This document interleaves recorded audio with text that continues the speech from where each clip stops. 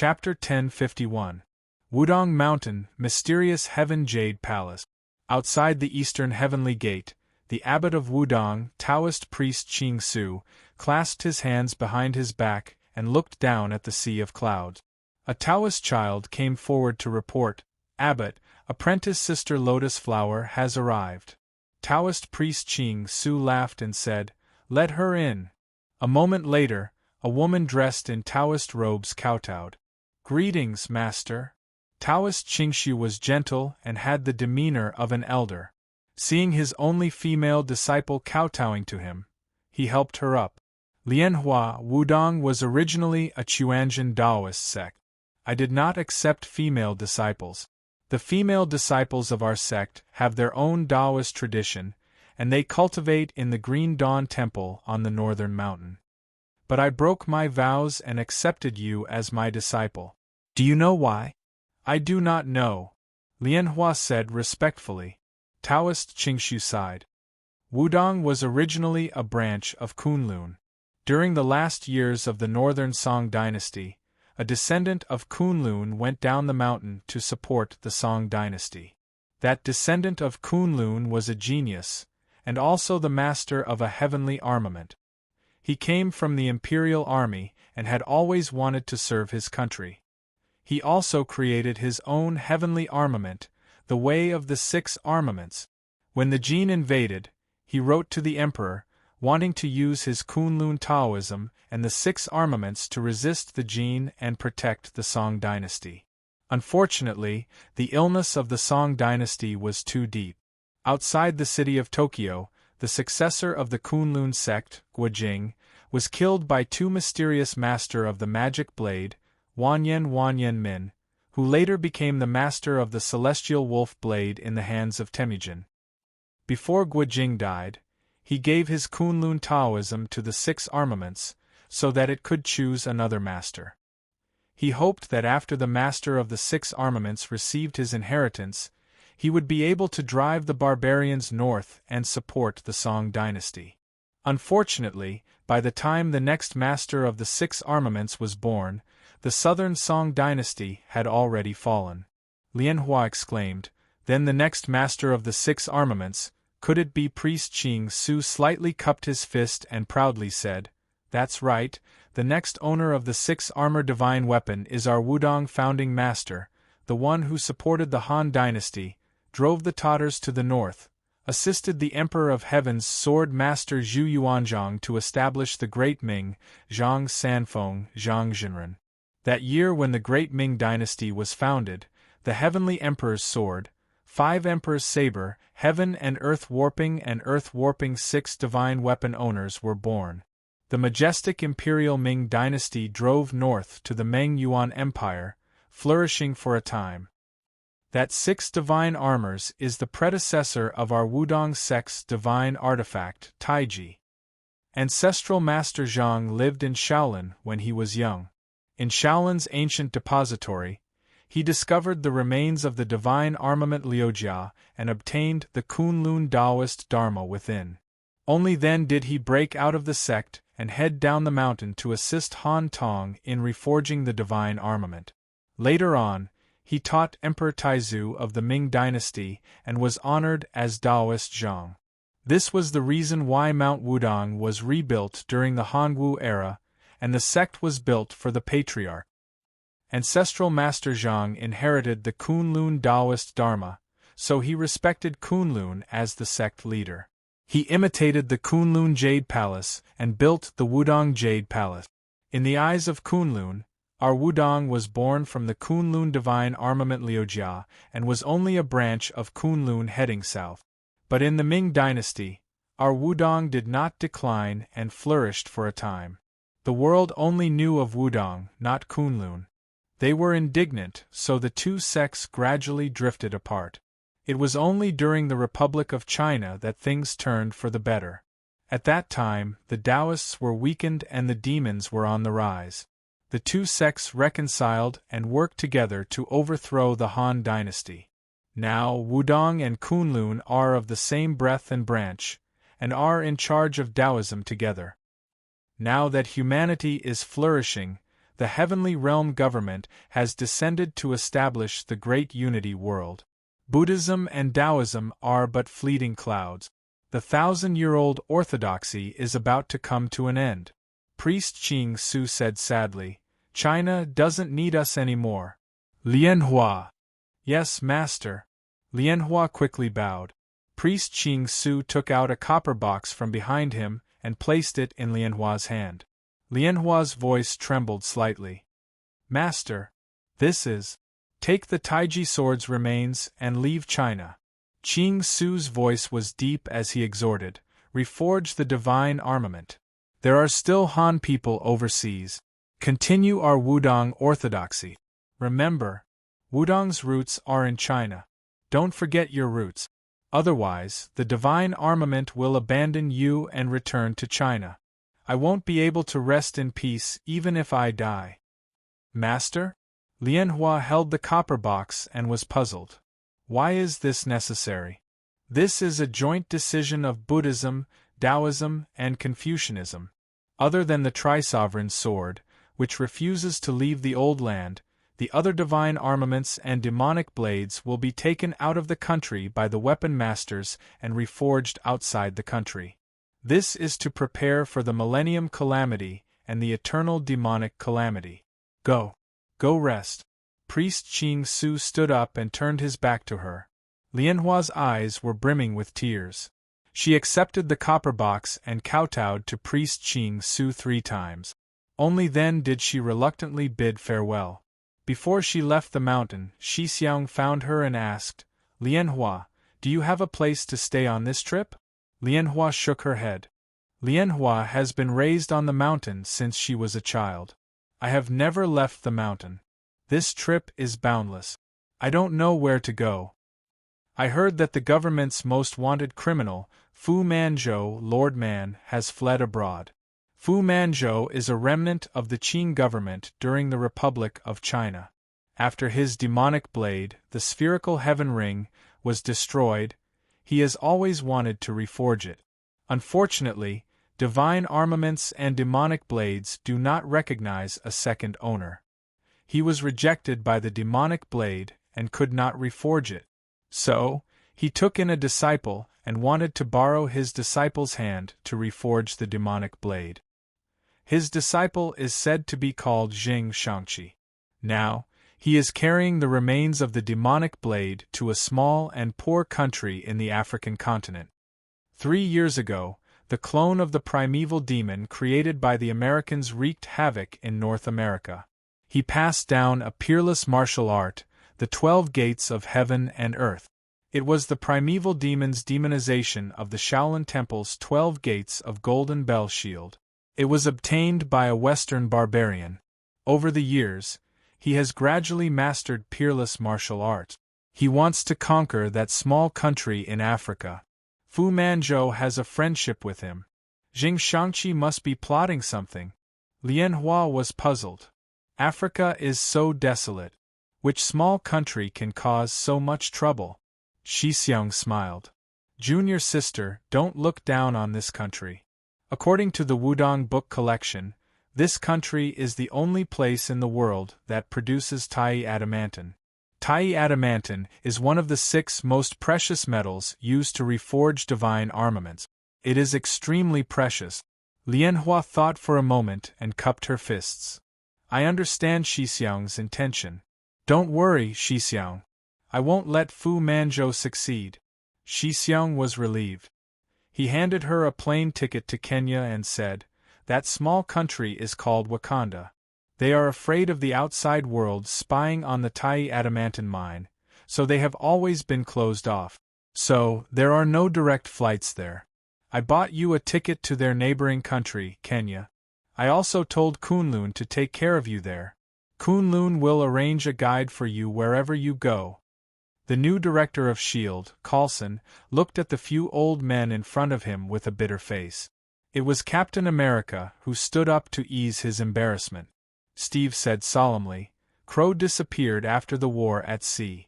He suddenly appeared 3 years ago and killed the old king of Wakanda and stole some of the vibranium. He was modified by Adam and is one of Adam's chess pieces.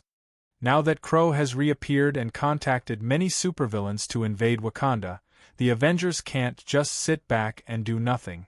War Machine Brigadier General James objected. Now that the Avengers are at their weakest. Natasha has betrayed us, Tawny has been contaminated by that damn Sargeras, and his mental state is very unstable. Ultron is eyeing us covetously. Thor has returned to Asgard and has lost contact. Hulk has left Earth with the Professor to study on another planet. It is said that he is comprehending Buddhism. Spider-Man is still a child. Now we only have you and the Winter Soldier, Hawkeye, Falcon, Ant-Man, and a few others. Most of us are still novices. We are weaker than ever. At this moment, Coulson's communicator suddenly lit up. He quickly picked it up and breathed a sigh of relief when he saw the other party's name. Coulson raised his hand to stop the Avengers from arguing. He turned on the communicator, and a dark-skinned, bald, one-eyed man suddenly appeared on the screen. Steve was dissatisfied. Nick, if you are no longer the director of SHIELD, you shouldn't control this organization remotely. Everyone knew the intentions of the one-eyed man. Although he had stepped down from the director's throne, it was only to get out of the whirlpool that was SHIELD, and to carry out some secret conspiracies or plans. But before he left, he chose Coulson, who was the most popular but had no opinions, to be the director. He wanted to control SHIELD and become the director. This also caused Steve to be dissatisfied.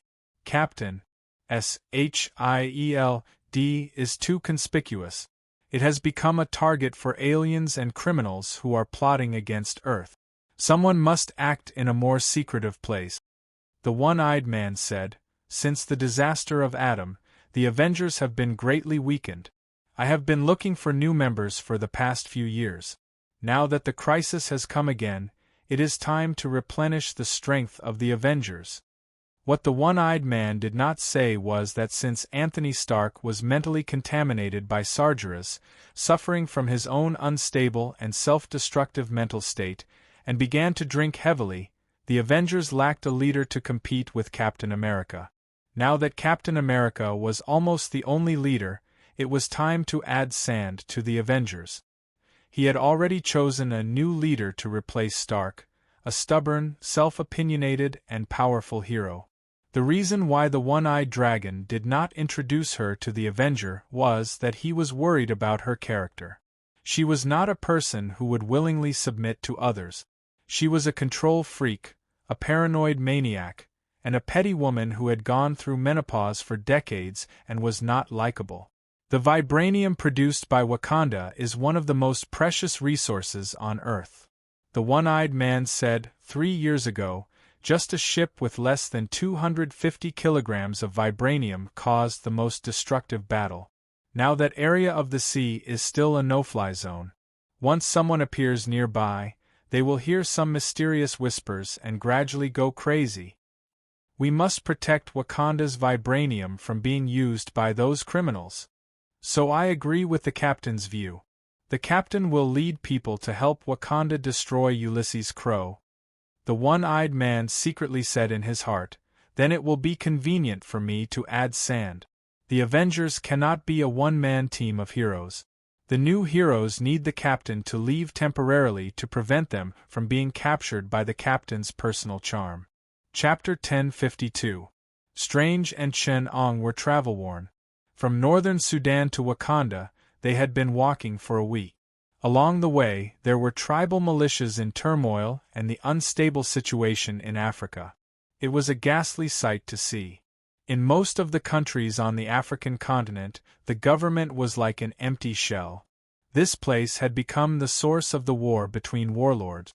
Along the way, Strange watched as Chen-Ong used his equipment to film and inquire about the political situation and people's livelihood in Africa.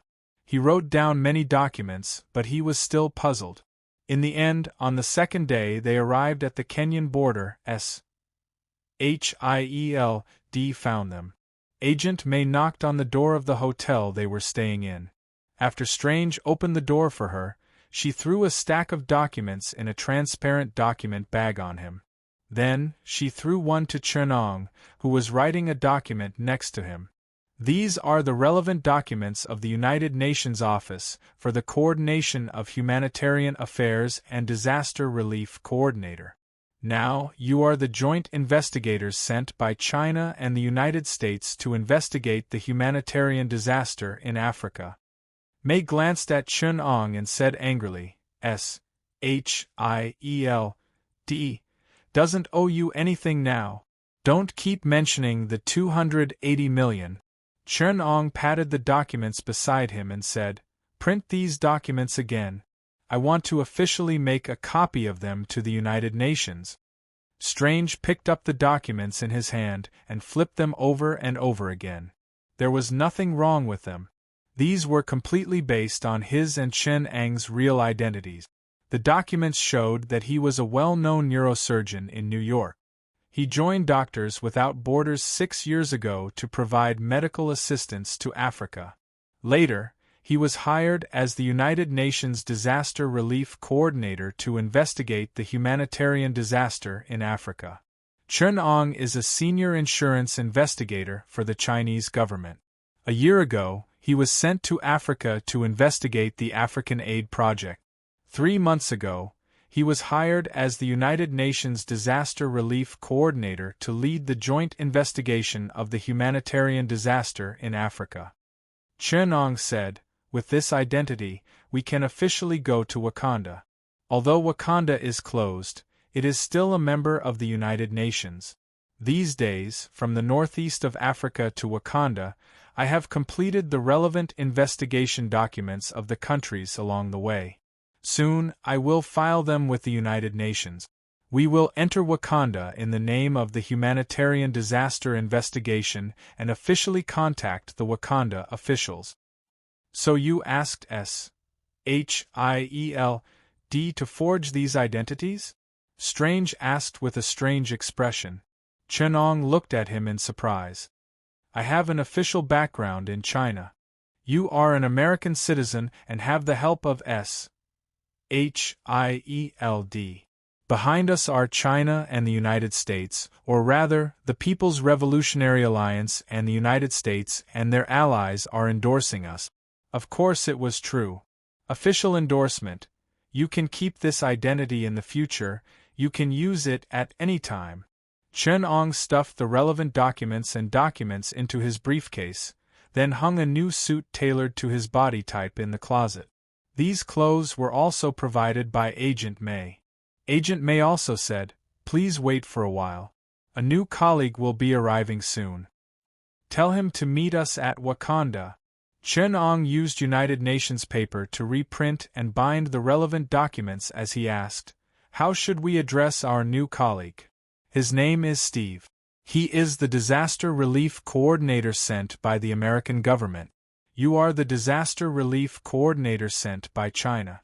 Strange is Doctors Without Borders, representing non-governmental organizations, Agent May said quickly. It seems that you also want to take action against Wakanda. Chen did not comment. May said, We are really worried that the gold resources in Wakanda will be used by illegal organizations and people. So, you are the observers of the international humanitarian disaster of the United Nations in name, but in fact, you have another secret identity. This is your secret identity document. In your secret identity, you are the United Nations investigators and observers of the gold resources in Wakanda. If necessary, you can use this identity to interfere with the political situation in Wakanda. Strange said unhappily, Since when can Hield act in the name of the United Nations? May smiled reservedly and said, It's not just us. Investigator Chen has the official background of the People's Revolutionary Alliance, the United States and the People's Revolutionary Alliance. So, we are the United Nations. After sending Agent May away, Chen and Strange changed into suits, took the relevant documents, and took a special car arranged by the Kenyan government to Wakanda. Kenya was also a chaotic warlord, but the cooperation of the United States and the People's Revolutionary Alliance gave Chen Ong and strong official resources in Kenya. The more powerful the warlord, the more respect they had to give them. So, under the escort of the government army, which was actually the most powerful warlord that occupied the capital, Nairobi, they smoothly drove through the territories occupied by other warlords and headed to Wakanda. At this time, the new king, T'Challa, had already received news from the commissioner sent by the United Nations to observe the humanitarian disaster in Africa. Although Wakanda was very close to the outside world, it was only to hide its own strength and technology. In fact, it was relatively active politically, especially in the past few years. Under the leadership of the old king, T'Challa, Wakanda was quite active in the relevant affairs of the United Nations. It was only in the past 3 years, under the impact of global isolation, the influence and authority of the United Nations on various countries and regions in the world was weakened, and the old king was killed, that Wakanda gradually reduced its political investment. But now, it still had to give face to the United Nations, as well as the people behind it, the People's Revolutionary Alliance and the United States. As soon as Chen Ong and the others got out of the car, they saw the current king of Wakanda, T'Challa. They got out of the car at the border tribe. The border tribe guarded the border of Wakanda and had always covered up the real situation in Wakanda. So when Chen Ong got out of the car, he saw a large nomadic tribe. The tribe wore traditional African textiles, herded a large number of sheep and nomadic pasture. They rode on galloping horses and roared past in group. What was shown was the ecology of an ordinary nomadic tribe. T'Challa welcomed Chen Ong and the others with a smile on his face. "Welcome to Wakanda, United Nations observers. Our political situation is relatively stable, and the people of Wakanda are not as warlike as other tribes. They are used to living according to tradition, so there are no internal conflicts. However, our industry is not developed. Most of the people of Wakanda still rely on herding sheep to make a living. They maintain the traditional lifestyle of the tribe, and are very poor and backward. We have no industry and we lack resources. Although Wakanda's political situation is stable, it is lacking in development. After I took over, I have always wanted to revitalize the economy of Wakanda." T'Challa lied without changing his expression as he observed the facial expressions of the two observers. Chapter 1053. Chen Ong and Strange temporarily stayed in Wakanda in the name of the United Nations Commissioner, but the only place they could go was to the nomadic tribes on the border of Wakanda, because the capital of Wakanda did not exist in name. On the surface, it was just a desolate and uninhabited mountain range. In Wakanda's territory, there were high mountains, valleys, and rivers. The natural scenery was refreshing. In the past few days, apart from pretending to investigate the border tribes and Wakanda's disguised town, the two did not do anything too out of line. 3 days later, their colleague Steve also came to meet them. Captain America was wearing a tight suit and gold-framed glasses. He was dressed like a gentleman, but the muscles on his body stretched the suit tight. He adjusted his tie somewhat uncomfortably. Seeing his uncomfortable look, Chen Ong pretended to welcome him, smiled, and hugged him. "Steve, you're finally here." Steve could only pretend to be familiar with him. On the surface, it looked like the two were hugging each other warmly. In fact, Chen Ong moved closer to Steve's ear and said, "Relax. Your disguise is very poor now. Have you not worn formal clothes for a long time?" "No." Steve smiled bitterly. "The suit they prepared for me is too small." Chen Ong glanced at Steve's strong muscles, shook his head, and said, "They should have given you a larger size. Let's go in first and compare the information. Have you memorized your background documents? Later, T'Challa will probably come to entertain you." Chen Ong looked at the somewhat uneasy Steve in surprise. "Does he know you?" "We've met a few times, but I was wearing a mask at that time." If you're exposed, please draw a line with us. Just say that SHIELD sent you to infiltrate in disguise. Chen Ong said helplessly. They should have sent someone more reliable. Chen Ong brought Steve to the accommodation that Wakanda had arranged for them. It was a small 2-story building. Like most of the buildings in Africa, it was not renovated and could only be considered clean. After all, Wakanda was one of the poorest countries in Africa, and Strange was giving free medical treatment to the people of Wakanda. It was obvious that both parties were uncomfortable. Wakanda had a well-developed medical and relief system, and they had to find people to disguise themselves as the most common malnourished and malaria-stricken people in Africa. Malnutrition was still manageable. They found poor tribesmen from neighboring Kenya. Anyway, these tribesmen could only speak the local dialect. On the one hand, they could not communicate, and on the other hand, they had no concept of a country at all. They didn't even know which country they were from. Who could object to the fact that they were the people of Wakanda? But Wakanda had to provide a few patients and poor people who could communicate with them. In order to disguise themselves, they were forced to be infected with tropical diseases. It was really hard. The awkward thing was that Strange was well aware of this. He was not an ordinary doctor after all. So when he encountered some patients who did not put enough effort into their disguise, his bad temper was a little hard to control. Strange had a strange look on his face as he examined a patient who also had poor acting skills. After a series of examinations, he wrote a diagnosis and said, "You're not suffering from malaria. Although there are symptoms of swaying, it's just an allergic reaction." This allergic reaction is very similar to the symptoms of malaria, Strange said with a strange look on his face. We used a virus-free plasmodium for specific immunotherapy. Although there will be early symptoms of malaria, it will not continue to develop. Instead, it will provide the host with acquired immunity. Immunity to malaria is very complicated. Nonspecific immunity and specific immunity are mutually complementary. Generally speaking, immunity to malaria basically has no protection against the attack of the heterogeneous plasmodium. In addition, there is the specificity of strains and stages. The human body's resistance to the plasmodium during one stage of development does not necessarily have resistance to other stages of development.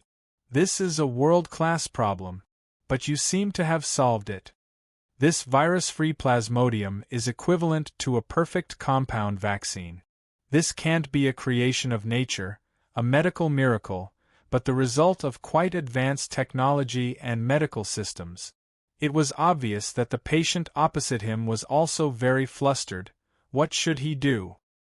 His disguise seemed to have been seen through? He stammered. I once participated in a medical aid program in the United States, and after I came back, I became like this. Can you tell me which medical aid organization? Strange took out a pen and was about to write it down. I'm going to nominate them for the next Nobel Prize. My English is not good. What are you saying that I don't understand? The patient said in a panic. He hurriedly took off the examination equipment on his body and said, I haven't fed my sheep yet. I have to go. Then, he fled in a panic.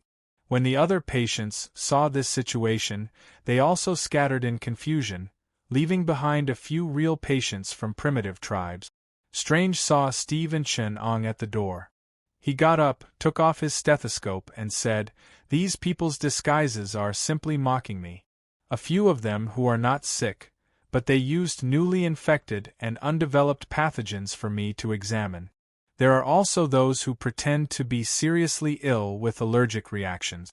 None of the patients who are malnourished or developed can speak English. They look like primitive people who have never cleaned up in their lives. Generally speaking, no matter how good the medical skills and experience of the medical aid doctors are, in the absence of medical equipment, they can only rely on physical examinations and temporary routine examinations. They can only look, listen, question, and feel the pulse. It's impossible to see through their disguise. Chenong said, "I'm waiting to see how you explain to Wakanda how you found out about this." Strange turned around and poured himself a glass of water. "That's a headache for them." As he said this, Strange suddenly froze. Steve went up to see what was wrong with him. He saw Strange holding a glass of water and staring at the ripples echoing on the surface of the water. Suddenly, Steve's sensitive perception also made him feel that something was wrong with the surrounding environment, and he was alarmed. "There's a high-frequency vibration." Strange stared at the water and said, "There's a vibration source that's constantly emitting high-frequency vibrations approaching." He's probing. The few of them suddenly felt their pores shrink, and their hearts gave a strong warning. Strange shouted, "Get down!" The next moment, a powerful energy shock came from the sky, sweeping the earth. The border tribe where Chen-Ong and the others were was hit head-on by the ultra-high-frequency vibration. Countless tents were overturned, and the concrete began to shatter. Captain America was the first to get up and jump out of the window, and the others followed closely behind. Chen-Ong had just thrown the last patient from the primitive tribe out of the window when he jumped out of the window himself. The whole building collapsed. He rolled on the ground and stood up steadily. In front of him was a wasteland, a desolate sight.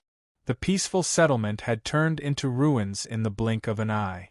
The surrounding Wakanda people were crying, and all kinds of tribal languages and cries filled the air. A few of the Wakanda warriors were draped in traditional kanga. They spread the kanga and stood in front of them.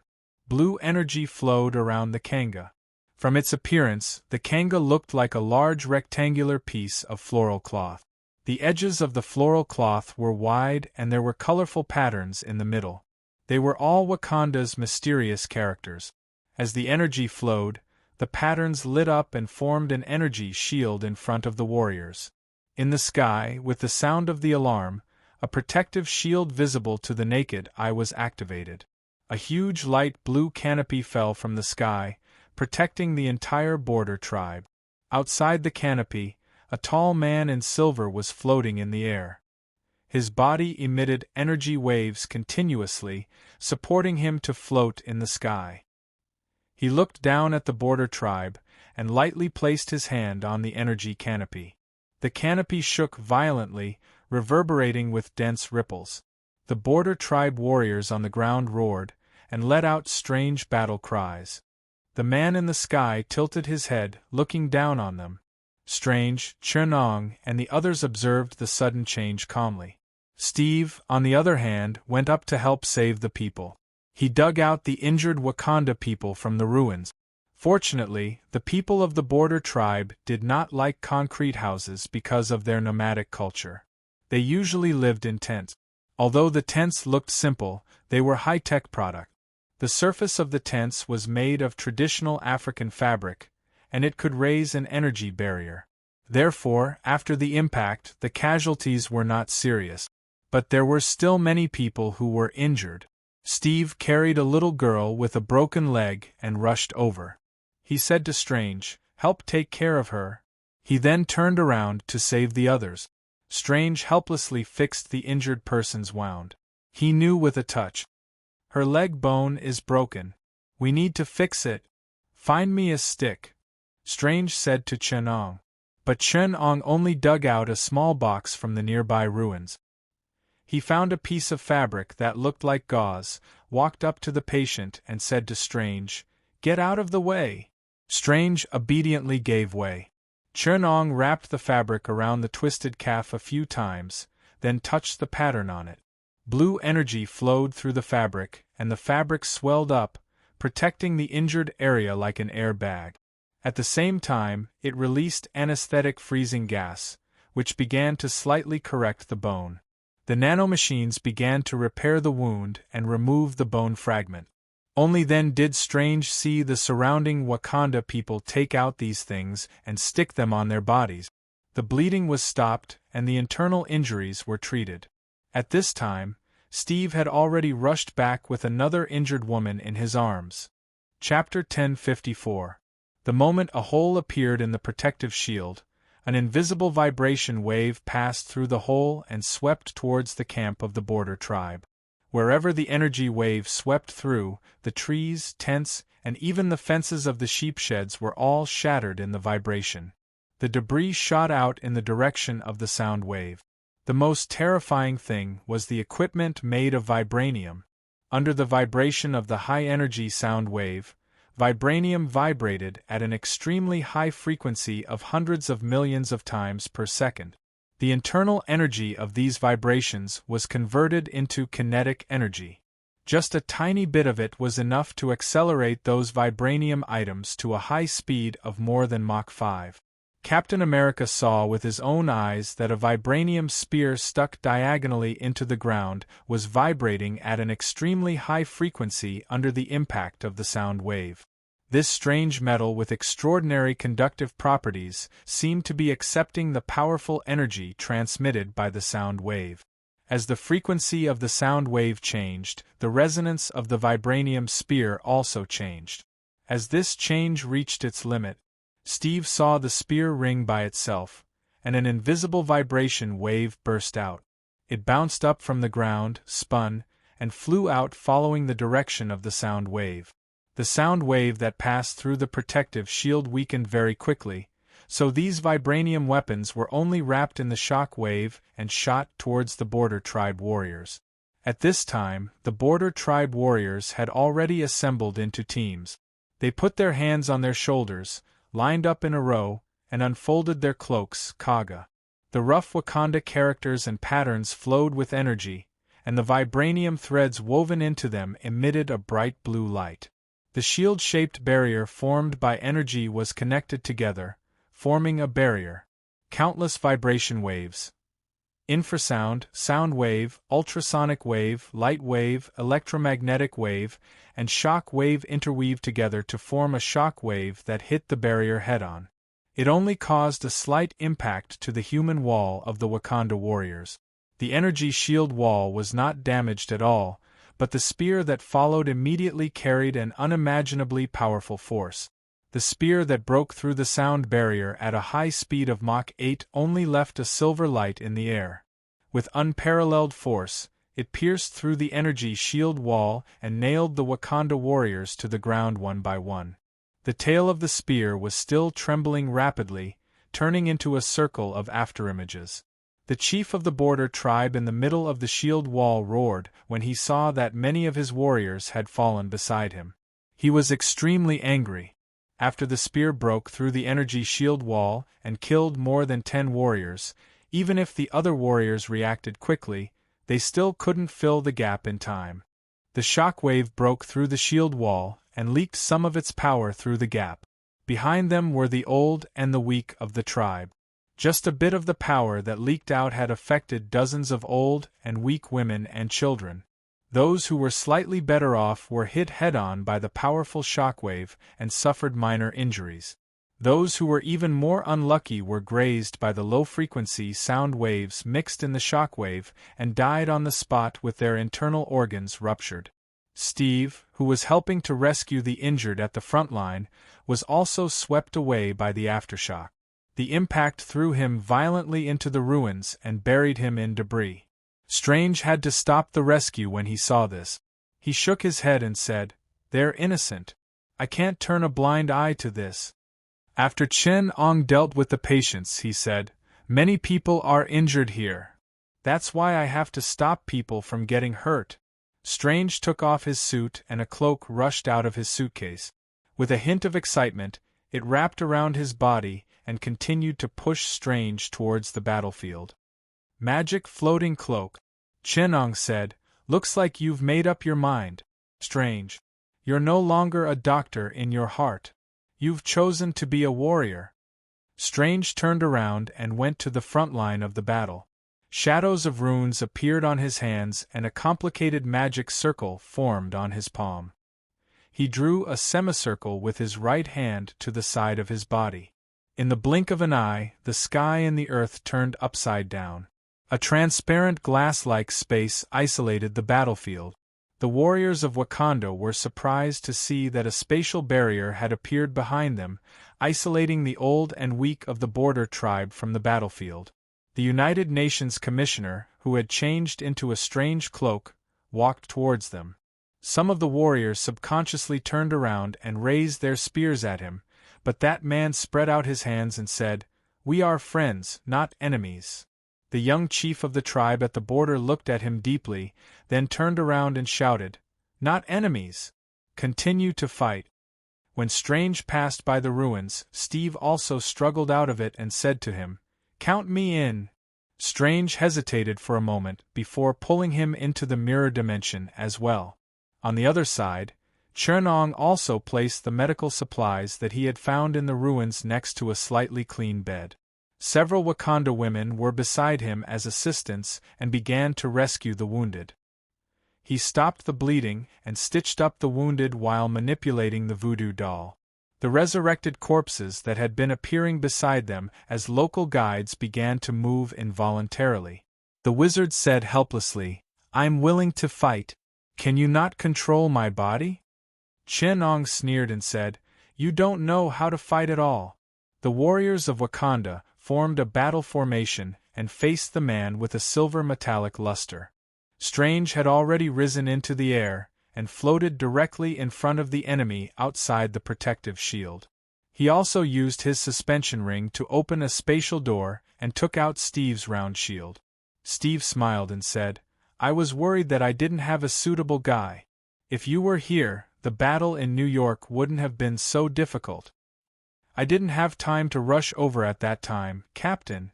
Strange spread his hands and smiled. "The protective shield won't last long. Will your mirror dimension be able to hold on?" A dark silhouette stood beside them. He casually picked up a long spear that had pierced through the corpses of the border tribe warriors. He twirled it in his hand, making a few sparks with the spear. Strange was surprised and said, "You're not a wizard. You're—" He looked back and found that Chernong was outside the mirror dimension, rescuing the injured women and children next to the ruins. Sensing his gaze, Chernong looked up and smiled slightly. The meaning behind it was self-evident. Performing surgery and controlling the resurrected corpses at the same time. Strange said solemnly, "Multitasking, it's more likely that you can't do either. For me." The resurrected corpse grinned, revealing his white teeth. "It's a piece of cake. How long can the protective shield last?" Wakabi, the tribe leader of the border tribe, shouted. Through the communication device, he asked the person who was most likely Princess Su Rue's technological supporter. The female voice answered, "A few more hours. Open the protective shield." Wakabi ordered. "What did you say?" "Open the protective shield now, your tribe is behind us." The other side was shocked. "Someone helped us create an independent battlefield. Now I need you to open the protective shield and let our warriors take care of that son of AB*TCH. Wakabi said angrily. "You're now in another quadrant. This is a different dimension technology. It replaces the real world and pulls you into the mirror dimension." The person on the other side was shocked but quickly regained his senses. "I will cancel the current protective shield and then reactivate it according to your coordinate. At that time, the new protective shield will isolate the relative coordinates of the mirror dimension and the real world. Even if you leave the mirror dimension, you'll still be outside the protective shield. At that time, if you haven't eliminated the enemy, you'll appear outside with the enemy." Wakanda's defensive system was quickly set up. "If we can't eliminate the enemy, we can only die a glorious death," Wakabi said solemnly. "This is the mission of a warrior." In the mirror dimension, the blue energy canopy began to crumble bit by bit. The silver-haired man, who was isolated outside the canopy, also stopped attacking the protective shield when he saw that. His gaze was thought-provoking as he looked at the canopy with interest at the Wakanda warriors who were ready for battle and brimming with killing intent. Captain America held the round shield in his hand tightly. The resurrected corpse swung the vibranium spear a few times. The vibranium spear in his hand whistled through the air. He was familiarizing himself with the weapon in his hand. As for Strange, he was using the Eye of Agamotto to find out what was behind this attack. Chapter 1055. After removing the defensive canopy, Strange closed the Eye of Agamotto, and the green runes of the Gem of Time dissipated from his divine mountain. Strange opened his eyes with a look of horror. He whispered, "He's not human. He's something created by someone. He's a robot." Captain May said solemnly, "What do you mean? Another Ultron? I was sent here to deal with Ulysses Crow, who might invade Wakanda, but this enemy, he gives me a very strange feeling." "You say he's a robot? How can you tell?" "I've tested him in a parallel world. His body is made of vibranium, and he lacks the adaptability of humans. In a parallel world, we paid a considerable price to destroy him, and then there was a strong energy interference, so I couldn't see what happened next. But I'm sure that his body is made of countless parts. It's a very complicated part. Unlike the current electronic system of motors and processors, its body is made of pure mechanical parts. It uses mechanical force to conduct movement and work. The power that drives it is not electricity or internal combustion engine, but mechanical energy. This is a robot with pure mechanical movement." Strange was a little absent-minded. Chen-Ong seemed to have thought of something. He said in the body of the Black Wizard, "If it's pure mechanical energy, then it means that the machine in front of us is not an intelligent robot, but someone's marionette, just like I am now." Strange remembered the vibranium weapon that was controlled by vibration and murmured, "It's vibranium. Vibranium has an amazing conductive ability and a keen sense of touch to vibration. Vibration can cause the internal stress of vibranium to conduct in a strange way. Vibranium can convert mechanical energy into internal energy, and it can also convert internal energy into mechanical energy efficiently. This gives it the strange ability to store energy. And vibration is a kind of mechanical energy, you're right." A voice suddenly came from behind them. "Can you open a door for me, mage?" Strange turned around and saw a man in black armor and a leopard mask outside the mirror dimension. The man greeted him. "No need to look. I can't see the dimension you're in. I can only see and talk to you through the communicator of our warriors in the dimension." With a wave of Strange's right hand, a crack appeared on the mirror dimension barrier and the Black Panther jumped in. At this time, the warriors of Wakanda had already roared angrily and went up to fight with the silver figures. Their movements were vigorous and they were skilled in martial arts. Often, there would be a few people working together with tacit understanding. 2 people would hold shields to cover, a few people would go up to assassinate, and a few people would shoot energy beams from the back with vibranium spears. However, Silver Shadow Man did not care about the vibranium spears that occasionally pierced his body. Instead, with a casual flick of his wrist, he could cause a tremor in the air. An invisible and formless shockwave surged out, and it could destroy the Wakanda warriors' head-on encirclement and send them flying. If they did not have a vibranium shield made of the same material to protect them, even a heavy mining truck would have been flipped over and smashed into pieces. The attacks that landed on Silver Shadow Man's body only trembled, causing his silver body to shine with purple light. The purple light seeped into Silver Shadow Man's body along the strange patterns, and it was completely replenishing his energy. The Black Panther became even more solemn. He said to the Chimayu bead in his palm, "Su Rue, are the scan results out?" The other side replied, "Don't go up first. Those United Nations Commissioner were right. The enemy is a puppet made of vibranium and is controlled by Crow from a distance. He uses gravity to transmit fine vibrations, and through complicated vibrations, he controls this body. This body can turn all attacks, including energy attacks and physical attacks, into his power. Rash attacks will only make him stronger. If that's the case..." Strange put his palms up and said, I can banish him to another dimension and cut off Ulysses Crow's control over him. Crow can interfere with the stability of the dimensional tunnel. You can't open the dimensional door under the interference of gravitational waves. Su-Rue replied. It's useless. The problem is not with this puppet, but with Crow behind the scenes. The Black Panther said coldly, My warriors may be brave, but can't you see that this puppet's defense is too weak? Crow is thousands of times stronger than this puppet. He's just using this body to test us and mock us. He wants to test the level of Wakanda's power, so he parried the attacks of those warriors. He's evaluating the level of Wakanda's warriors. When he thinks he's ready, then we'll see him fight personally.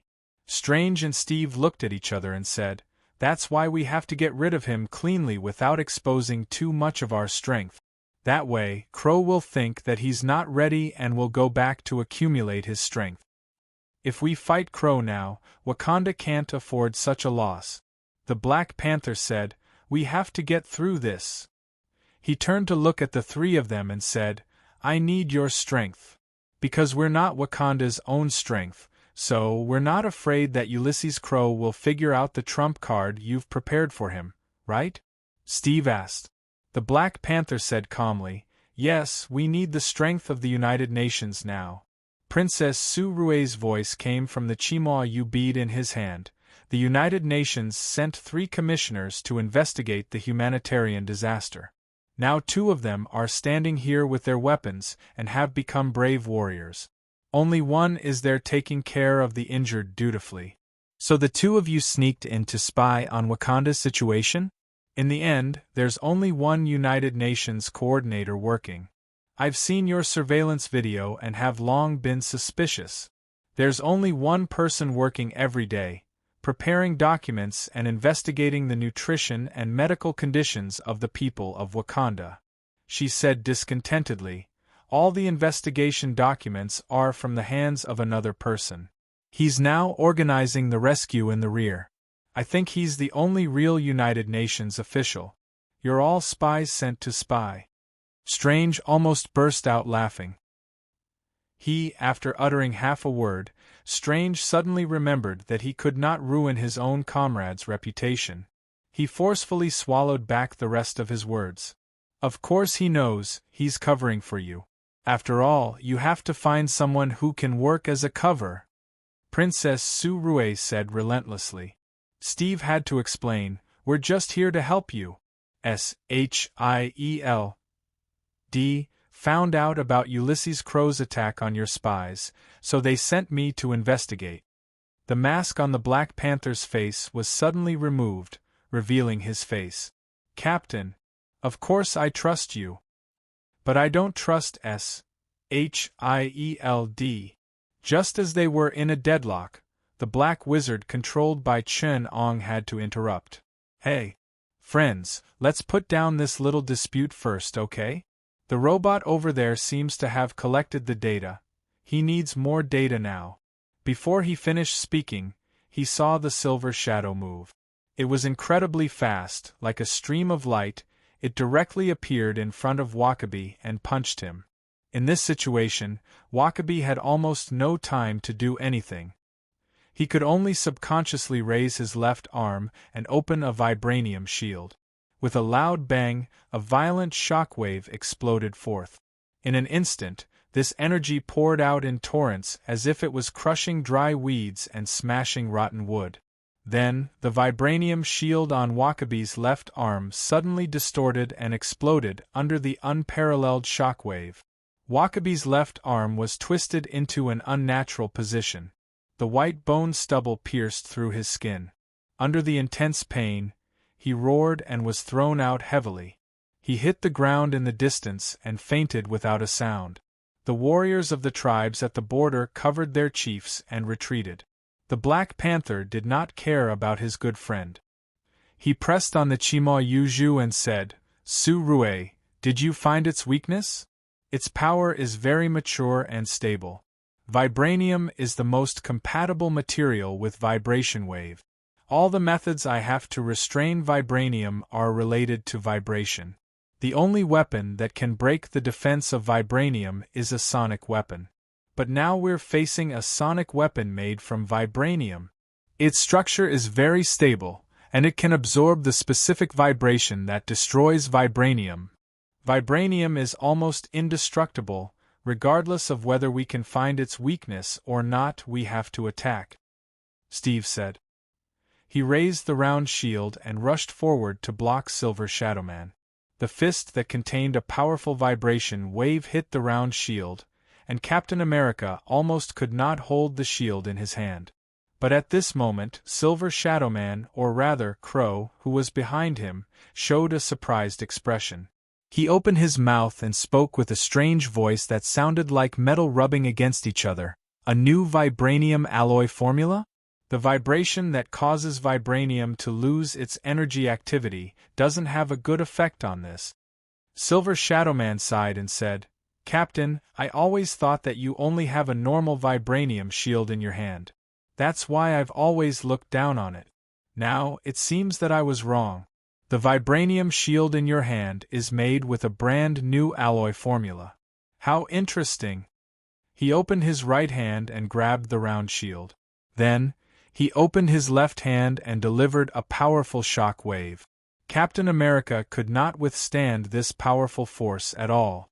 He was thrown high into the air and several hundred meters away. He looked like a helpless rag doll. Silver Shadowman carefully hung the round shield on his back and carried it on his back. A brand new alloy formula. You actually used it as a shield. Chapter 1056.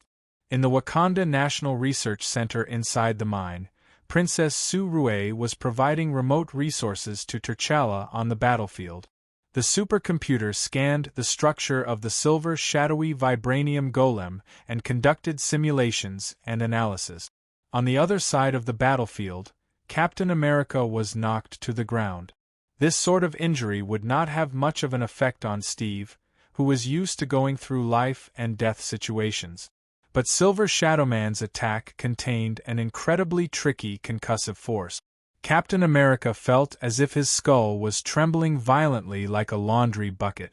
The cerebellum, which was contained in his skull, was rapidly shaking and crashing against each other, like a bucket of clothes that was being flung dry. Steve tried a few times, but he could not get up. At that moment, the Black Panther, which followed closely behind Steve, flicked its claws. Silver Shadowy Man did not block it. He allowed the 10 vibranium claws to hang on both sides of his head. He lifted his leg and kicked the Black Panther away.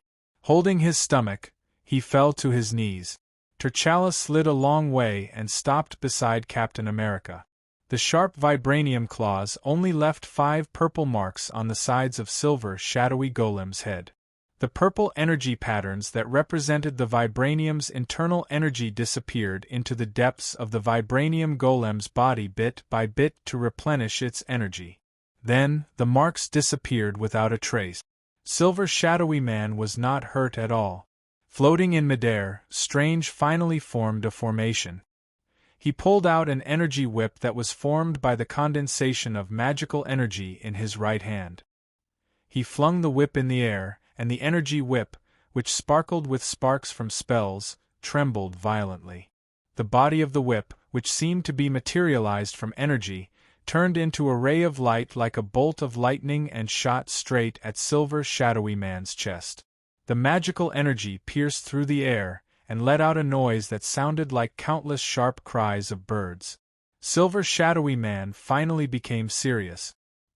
He stretched out a hand, and his arm trembled violently, as if it had turned into countless shadows of hands. It sealed off the space in front of Silver Shadowy Man's chest like an open screen. In the blink of an eye, he reached out and grabbed Strange Synergy Whip. Transparent ripples appeared all over Silver Shadowy Man's body.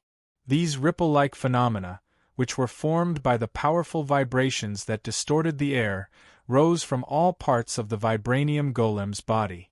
Wave after wave, they gathered towards the hand that grabbed Strange's magical weapon. Strange immediately felt that something was wrong, and he prepared to disperse the energy whip with a thought. However, it was too late. As the vibranium metal puppet grabbed the weaved hand and swung it forward, the powerful shock wave collided with the gravitational force, triggering a tsunami-like gravitational wave. The terrifying shock wave suddenly condensed on the fist, causing the space in front of the punch to ripple. Holding back his fear, Strange opened the eye of Agamotto in front of his chest. Instantly, everything around him froze. Time had stopped. Strange wandered in the frozen time. He wanted to avoid the fatal blow, but after taking a step to the side, he realized in despair that in the time halt, the spatial curvature changed by the gravitational wave did not change. With the spatial coordinates he was at as the center, the space around him was greatly warped. The gravitational wave bent the space several kilometers away to Strange's side within a short step. If Strange wanted to use the time halt to leave, then the distance of one step was equivalent to 9 kilometers, and the ratio gradually increased as he got closer to the vibranium golem, the source of the wave. Due to the theory of relativity, Strange's movements in the time halt could not exceed the speed of light. In other words, Strange's movements in the time halt were actually calculated using the speed of light as a frame of reference. The relative speed in the time halt could not exceed the speed of light. This was not a flaw in an ordinary battle. Even if the vibranium golem distorted the spatial curvature, the distance between Strange and the silver shadowy man would not exceed 10,000 kilometers. For the speed of light, this was only an obstacle of 33 milliseconds. Only when the power of the Buddha's palm, the unique and righteous in the battle between Adam and Sargeras, could create a terrifying spatial curvature of 100,000 light-years on the surface of Sargeras' body with a step, could the power of the gem of time be reduced to an idiot. In the time halt, Strange approached Sargeras at the speed of light, but that step would take him 10 years. That would create an incomparably ridiculous scene. Although Strange was in the time halt, in Sargeras' eyes, he was approaching at the speed of a tortoise, and Sargeras could easily slap him to death with one hand.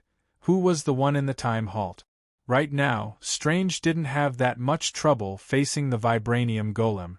But it was still very uncomfortable. Strange only covered 8 kilometers after running for a few minutes, moving one step to the side to avoid the direct impact of the gravitational wave. He had no choice but to shut off the eye of Agamotto.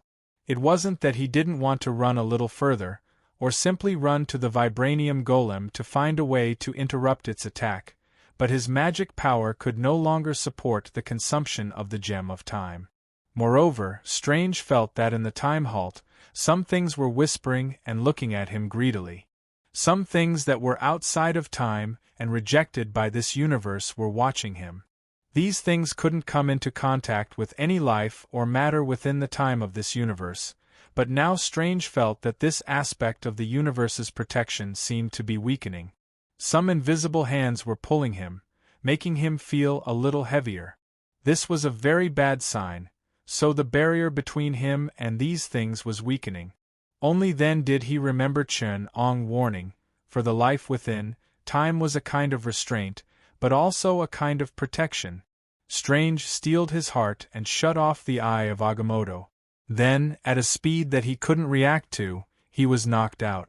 This impact felt like he was a human drawn on a piece of white paper, and then being kneaded into a ball by an invisible giant hand.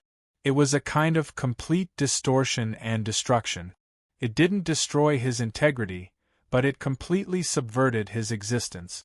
It was a wonderful feeling. Steve and the Black Panther, one barely standing, and the other half kneeling, looked at Strange, who was lying on the ground. Where the vibranium golem's punch had hit, the two Wakanda warriors had brushed past a bit of the gravitational wave and were now smeared on the ground.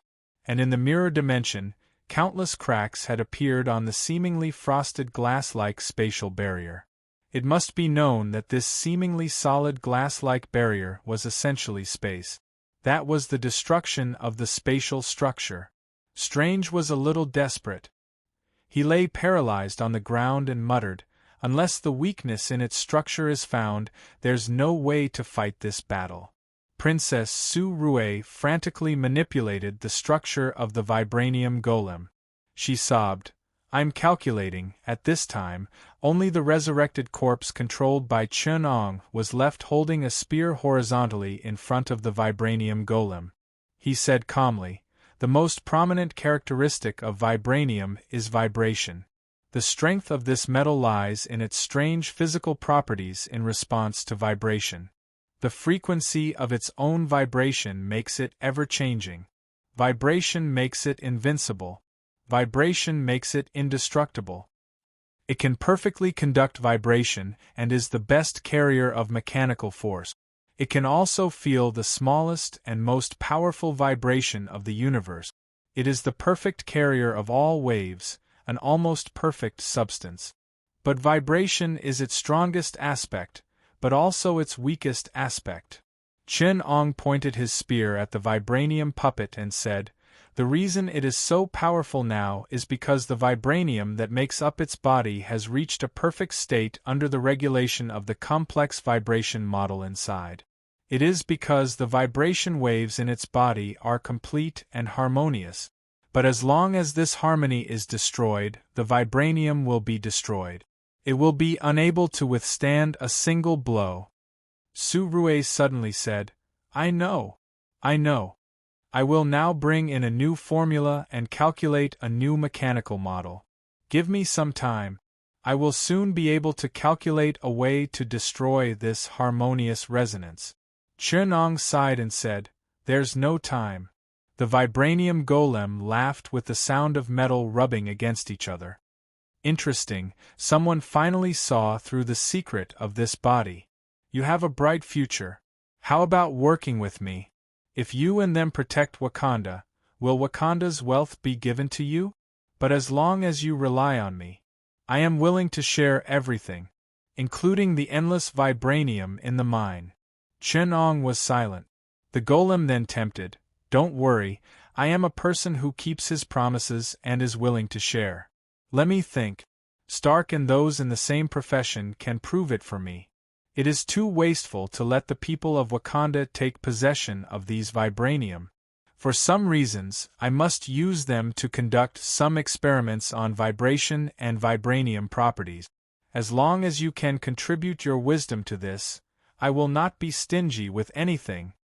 Chun Ong gently touched the ground with the tip of the spear and gently vibrated the spear. He felt the metal properties of the vibranium spear in his hand constantly changing with the vibration frequency. When the golem finished conveying Ulysses Crow's words, he raised his head and said lightly, "Are you done?" Ulysses Crow suddenly stopped talking and was silent for a while before sighing, "You made a wrong choice. But it doesn't matter. Everyone has a chance to start again. As long as you pay the price." The vibranium golem shook its body and quickly turned into a stream of light, shooting towards Chun Ong. Chun Ong controlled the black sorcerer's body and shook the spear. The spear trembled violently and shook out thousands of silver flowers. Chun Ang's body did not move, but the spear in his hand turned into a pear blossom. An indistinct shadow of the spear covered the front of Chun Ang's body like silver light, making countless clear clanging sounds with the silver light formed by the vibranium golem. The melodious clanging of metal colliding formed a dense melody. Strange's fingers unconsciously flicked a few times. He looked up in surprise and said, "Lee See's special Willow, the Wisp." Steve and Turkara, the two muscular barbarians, struggled to move their muscles, trying to recover their fighting ability. Hearing this, they looked up in horror. Chun Ong was wrapped in a ball of silver light, like he was taking a stroll in a park. When they listened carefully, it really did form a rather beautiful melody. It was Lee See's special 6x speed Willow, the Wisp. The two were simply unable to describe this discovery. Was it so cool? Meanwhile, Princess Su Rue, who was nervously calculating the puppet's vibration model's weakness, instantly understood the opportunity that Chun Ong had created for her. Chun Ong is using the sound waves produced by the collision to test the vibranium golem's internal vibration frequency. This is equivalent to providing her with data at all times. Just as Chun Ong was desperately holding on, in the eyes of others, his life was hanging by a thread. The frequency analysis was hanging by a thread and could succeed at any time. Su Rue felt someone walking behind her, but she had no time to care. Anyway, those who could come here were the most important members of the Wakanda royal family. She hurriedly took a little time to look up and saw a dark-skinned girl standing behind her. She said in surprise, "Nadia, why are you here?" Su Rue complained. "Did my brother secretly give you permission again? The future queen's sister-in-law?" Black Panther heard the name on the communicator and instantly became nervous. "Nadia? Why is she here?" Behind Nadia, a figure with gray skin and no nose slowly walked out. The figure was thin and slender, and did not look like a human from Earth at all. That figure stretched out an ordinary index finger and drew it across the back of the busy Su Rue's neck. Su Rue's body instantly froze. She looked in horror at the figure on the screen. Su Rue's breathing became very soft. This strange silence caused Turkara to feel uneasy. He pressed on the Chima Yuju and asked loudly, "Su Rue? Su Rue? What happened on your side? Is the communication cut off?" "Ah!" On the other side of the Chima Yuju, there was only time for a scream. Crow, who was far away in Kenya, heard Black Panther's nervous voice coming from the puppet he was controlling and smiled in satisfaction. He happily danced a little cha while saying to an Asian man wearing a jacket with arrow sleeves, "They've succeeded over there." Crow smiled proudly, revealing his rotten teeth. "Now, Wakanda has fallen into our hands." Chapter 1057. Su Rue. Turkara called out anxiously, "Su Rue, what happened on your side?" It was quiet on Chimo Yoju's side. Only the rustling of people moving could be heard. After a long while, someone walked up to Chimo Yuju and said to him in a strange accent, "Your sister doesn't seem to be doing well, Kitty." The voice, with a hint of calmness and rigidity, said, "Rejoice. Your lowly bodies can be worshipped in front of the King of the Galaxy, the Titan God, the great Thanatos. Be grateful. Your meaningless lives will be sacrificed for his great cause. You will die in the hands of the son of Thanos. This will be the glory of your life, and the only meaning of your lowly lives. Your life and everything you have, including this country and its ant-like citizens. All will be sacrificed to the great cause of the Titan God. Now, take up your weapon, come before me, kneel and pray for my mercy. Who are you?" Turkara gritted his teeth and squeezed out a few words filled with murderous intent. "I don't know who you are. I don't know what you want either.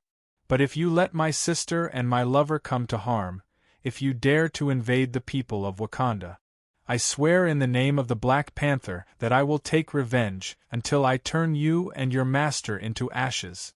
Kill them all." The Black Panther almost roared out his oath in the end. The voice on the other side was reserved. "I'm looking forward to it, Kitty. A furry and harmless little animal like you does look a little fierce when you raise your claws." Strange exclaimed in realization. "Ebony throat." The voice on the other end of the call chuckled and hung up. Almost as soon as Chima Yuju was hung up, T'Challa turned around and pounced at Strange, grabbing the collar of his cloak and yanking him up. "You know who he is? You know him? Or did you bring him here?" Captain America hurriedly went up to stop the Black Panther's more outrageous behavior. But Black Leopard kicked him away and shouted, "You pretended to be the United Nations Commissioner and sneaked into my country. I've already shown the greatest mercy by not treating you as enemies. Right now, my sister and lover are being held hostage, and my country might be invaded. Don't test my patience." Strange turned his right hand and activated the Eye of Agamotto. Then, at the moment when time stopped, he unhesitatingly pulled Black Panther from his collar, grabbed his head, and punched the face that had yet to fully evolve. Then, another punch and a third punch. Although wizards of Strange's faction were spellcasters in name, one could tell from the way they trained their spells and how they fought. Can you believe that these mages actually have to practice their fists and feet while practicing magic?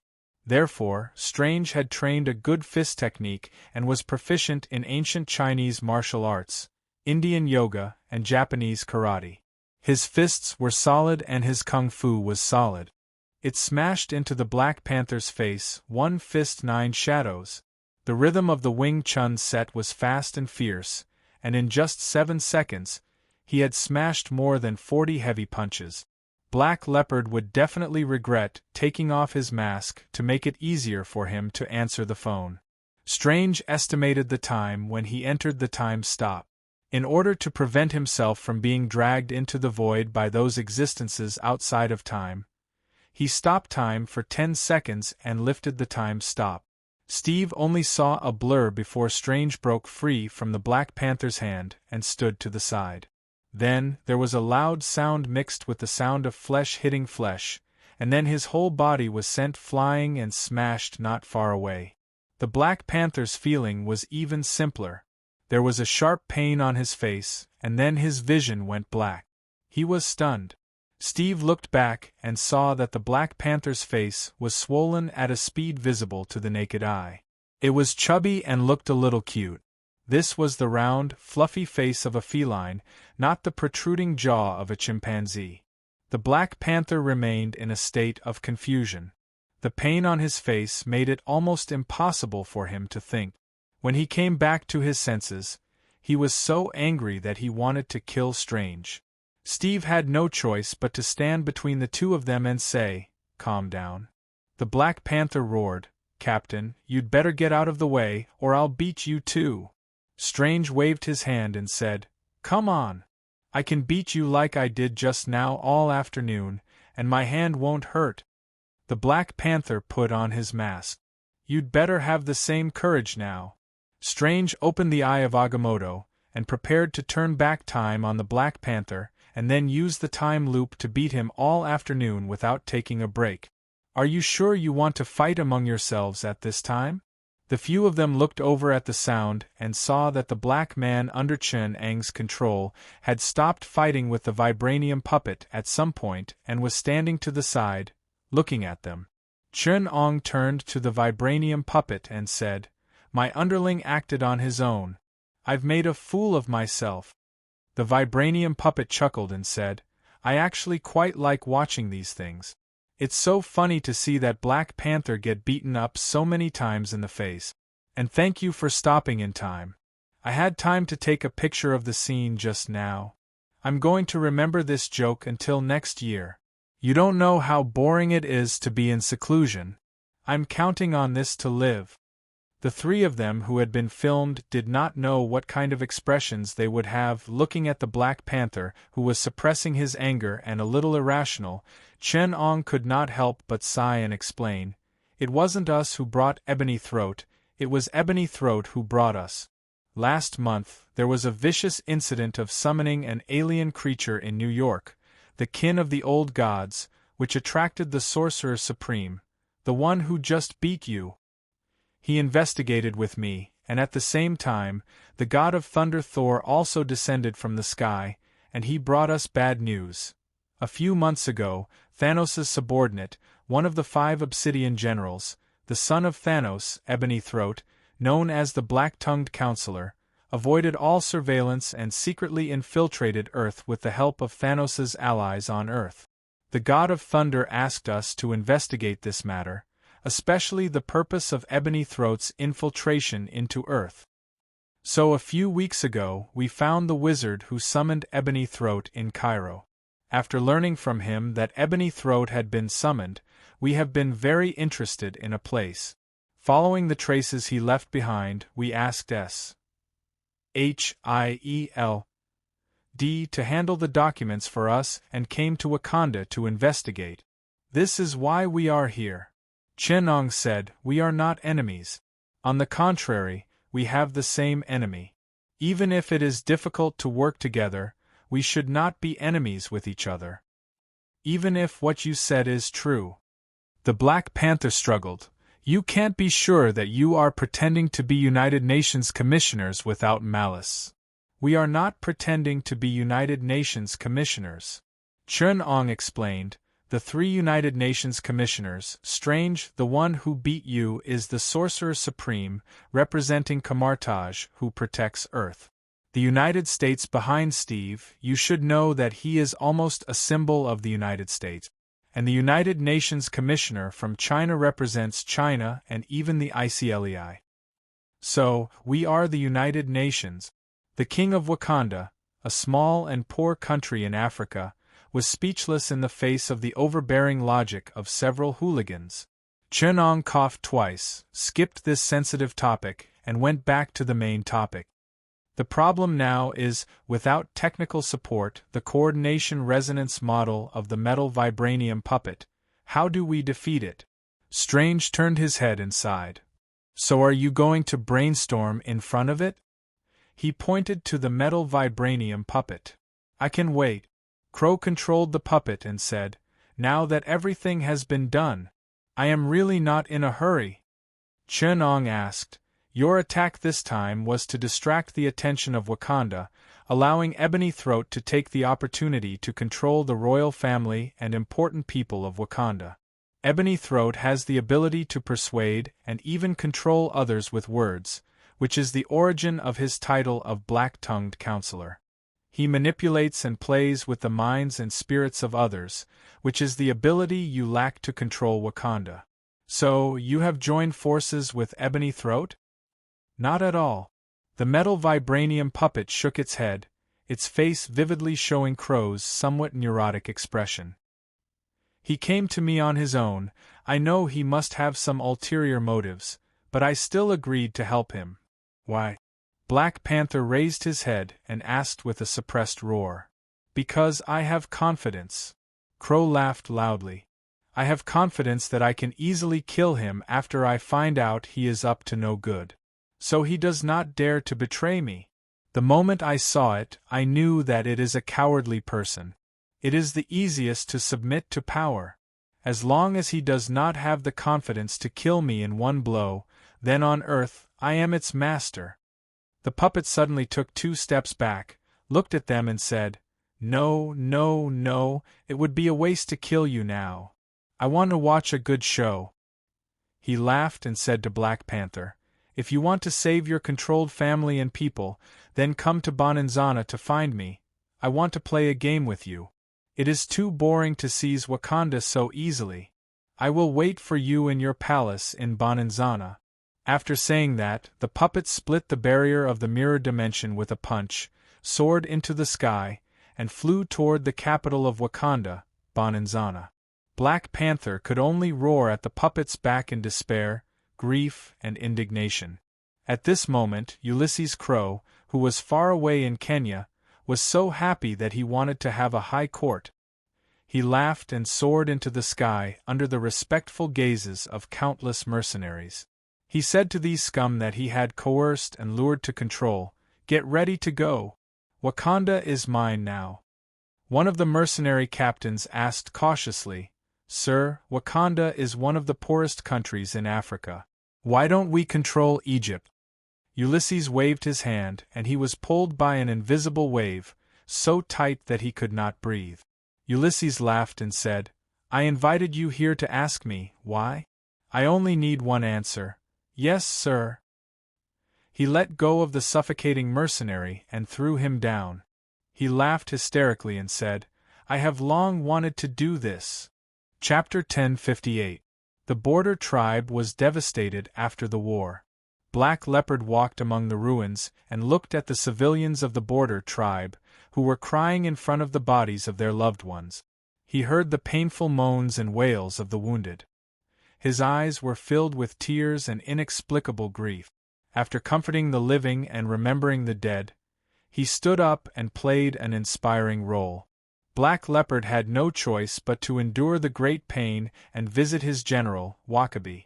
This stubborn chief of the border tribe had a broken hand and was undergoing replantation surgery at Chen Ang's place.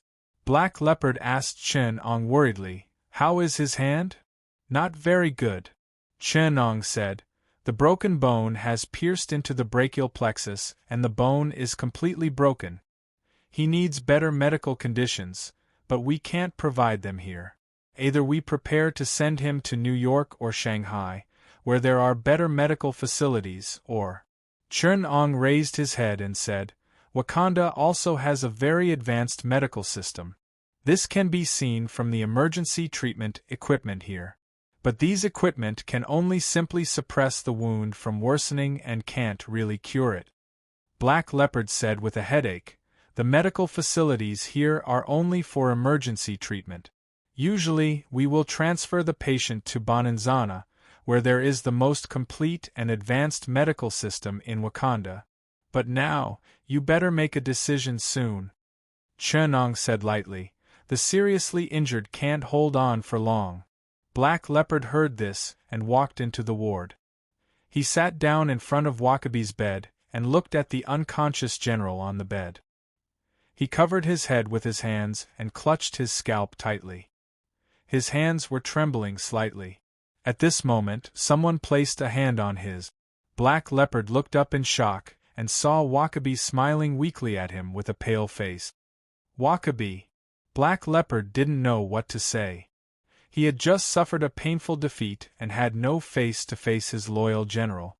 Wakabi raised his hand weakly to stop him and said, "You don't have to feel guilty about this, Your Majesty. Guarding the border of Wakanda is the tribe's mission. Everyone here knows that we will be the first to face the enemy's invasion, and we also know the price.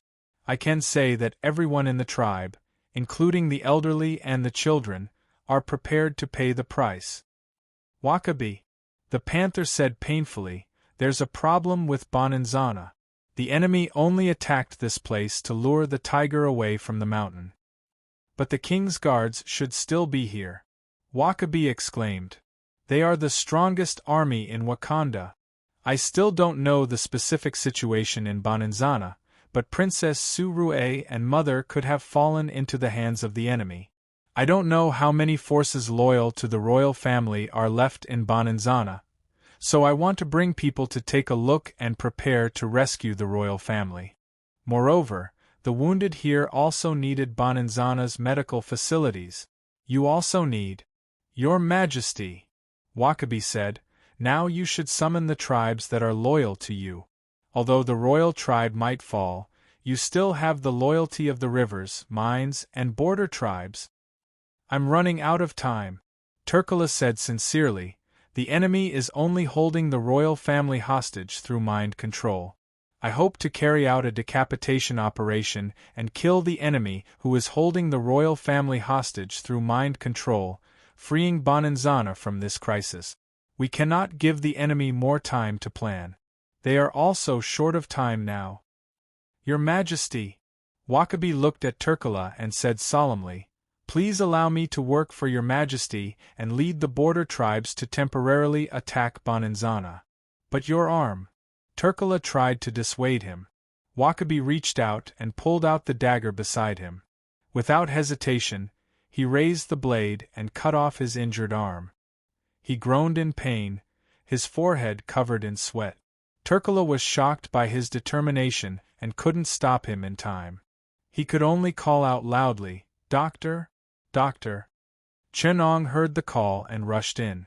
Seeing Wakabi's severed arm staining the hospital bed, he hurriedly went up to stop the bleeding. At the same time, he asked in bewilderment, "His arm can still be saved, why are you so anxious?" Wakabi endured the pain and asked Chen-Ong, "How much longer do I need to stand up and fight?" Chen-Ong looked at his pale face and sighed. "I'll give you a blood transfusion. You'll need about a week to regain the ability to move. But there are other ways. You know that vibranium is a very magical metal. It can even be used as a stimulant. I can ionize some vibranium and inject it into your bloodstream, then use its self-healing ability to heal your wound. If the conditions are right, I can even make you grow a vibranium arm. But the conditions are too simple now. Ionizing vibranium may cause your internal organs to be poisoned by the metal. This is a last resort. Even if you survive in the future, there will be repercussions. Dying on the battlefield is a warrior's fate," Wakabi said. "So is dying from wounds." Rather than dragging my injured body and watching my king fight for Wakanda alone, I would rather give up everything to fight for him. Chen-Ong sighed helplessly. I'll go prepare for the surgery. After the combined surgery by Chen-Ong and Strange, Wakabi recovered well. His blood had a faint silver tinge. Chen-Ong used vibrations to activate the liquid vibranium in his body, healing the wound on his broken arm quickly. He had regained his combat ability, and because of the liquid vibranium in his body, his strength was even stronger than before. After dawn, Wakabi and T'Challa went to gather the warriors of the tribes at the border, while Strange and Chen-Ong found Steve. At this time, Steve was packing up. He was wearing Captain America's uniform and carrying the vibranium shield on his back. Seeing that Chen-Ong and Strange had arrived, he smiled helplessly. I contacted SHIELD yesterday, but they can't provide support for the time being. Strange glanced at his luggage and asked knowingly, So? Captain America put on his backpack and answered, So I'll go with you. I won't stand idly by when a peaceful and prosperous country is invaded. Strange opened his arms and hugged him, patting Steve's back firmly. Welcome, Captain. Chen-Ong laughed and said to the two, We're going to take the King's Wakanda Royale spaceship to Bonanzana. T'Challa tried to contact Bonanzana, but we've lost contact with them, so we'll be leaving soon. The good news is that T'Challa has contacted the river and mine tribes. Only the Jabba tribe is uncontactable. Both tribes will send reinforcements to Bonanzana. But because of the urgency of the situation, there won't be many reinforcements, and the royal tribe's strength is the sum of the other 4 tribes.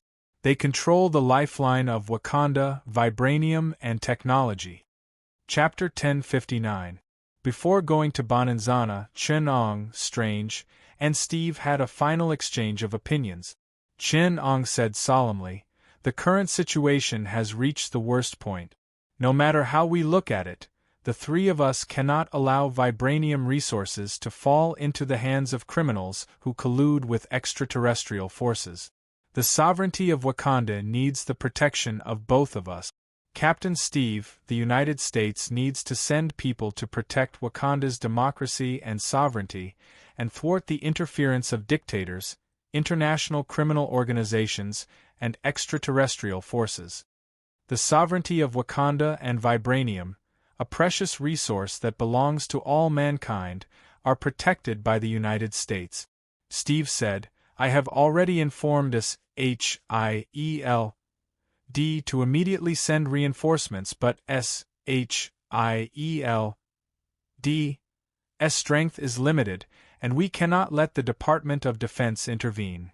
Because the Department of Defense lacks global awareness. Chen-Ong nodded in understanding. Strange looked up and asked, What is the opinion of the Revolutionary Alliance? The Revolutionary Alliance respects Wakanda's sovereignty and territorial integrity, and is vigilant against possible humanitarian disasters and extraterrestrial invasion in Wakanda. Once Wakanda's regime falls into the hands of hostile extraterrestrial forces, the Revolutionary Alliance will provide armed support. But before that, we should avoid this result through more flexible means. Because the Revolutionary Alliance hopes to minimize direct interference with the political entities on Earth. Strange said, Ebony Throat's sudden surrender to Crow caught us off guard. Originally, Crow did not have the ability to control Wakanda at all, but now with the help of Ebony Throat's mind control and collective suggestion, there's a possibility of it happening. The only reason Ebony Throat appeared in Wakanda is vibranium. Vibranium is one of the most precious resources in the universe. If it falls into the hands of Thanos, it will be enough for him to build a deadly army, break through the Revolutionary Alliance's defense line, and burn the flames of war on Earth. The survival of 7 billion humans is at stake. Thanos obviously has the ability to use this resource. So, Chen-Ong concluded, stopping Crow from usurping Wakanda is the common wish of our side and the United States. The liberators are mainly responsible for the defense of extraterrestrials, and I have no right to use the dimensional warriors.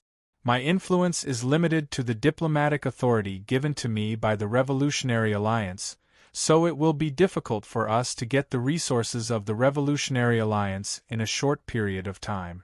But after the Crow usurped the throne, I could provide a report of my investigation, and the Revolutionary League would intervene directly. This is our backup measure. With our current strength, we need more support from S.H.I.E.L.D.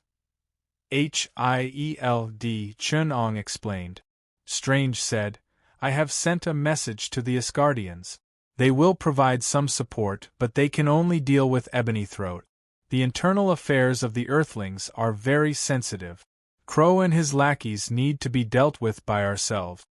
Steve continued, S.H.I.E.L.D.'s reinforcements will arrive soon, but the time given by Tekala is too tight, so they can only arrive later. I have urgently submitted the data provided by Investigator Chun to S.H.I.E.L.'s supercomputer for processing, and now the data is out. Chun-Ong nodded and said, Then we have hope in dealing with the vibranium puppets. Crow obviously can't control Wakanda.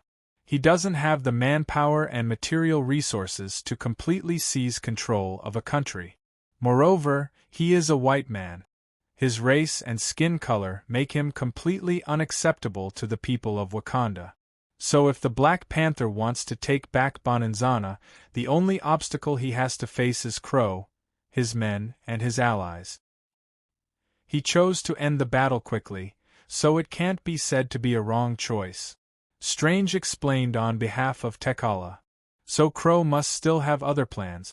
Chun-Ong concluded, the strength in his hands is not enough to directly control Wakanda, but he has a talent like Ebony Throat who is proficient in mental suggestion and mind control.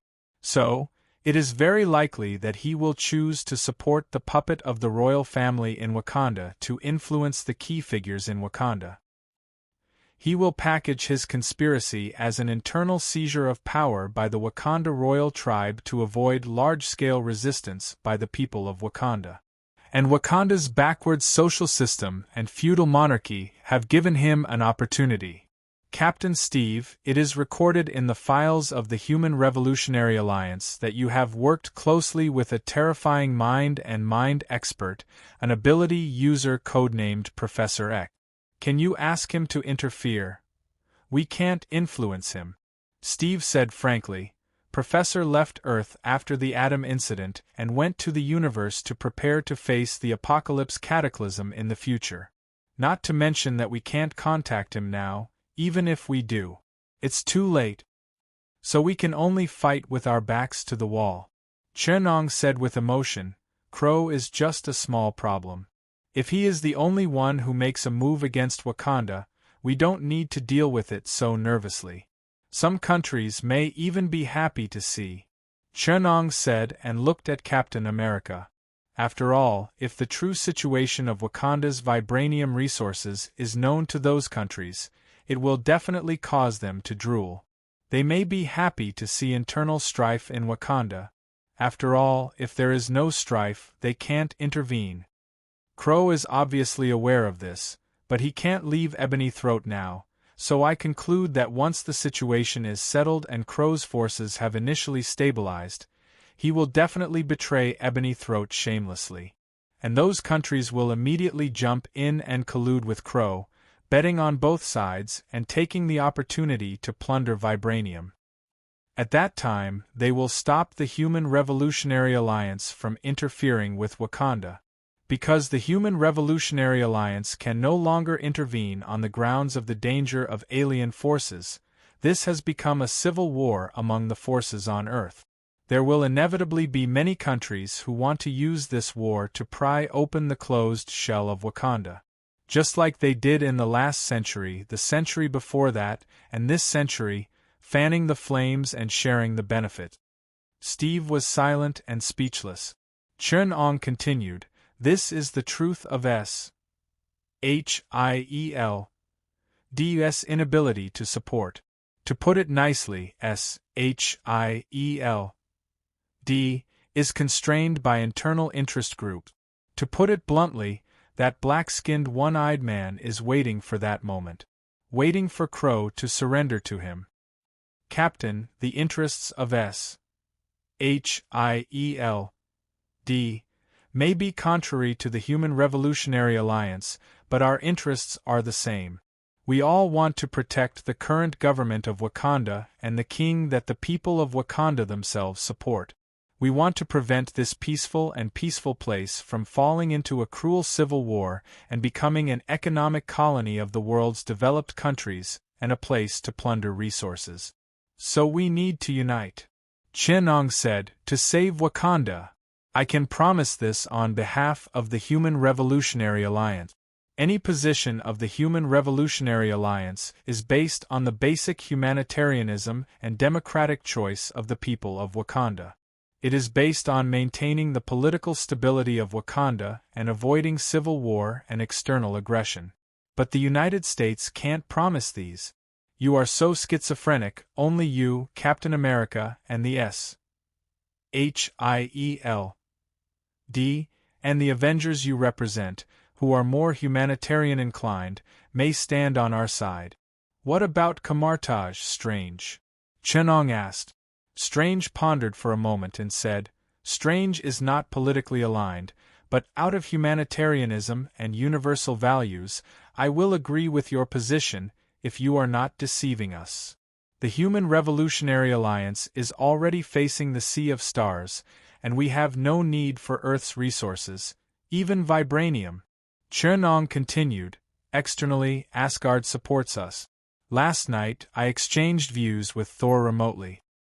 His opinion is that we can't wait for Crow to reach a compromise with us, because Ebony Throat also knows that Crow will definitely betray him, but he has already chosen to use Crow, which means that he is confident that he can complete Thanos' entrustment, or is carrying out some conspiracy.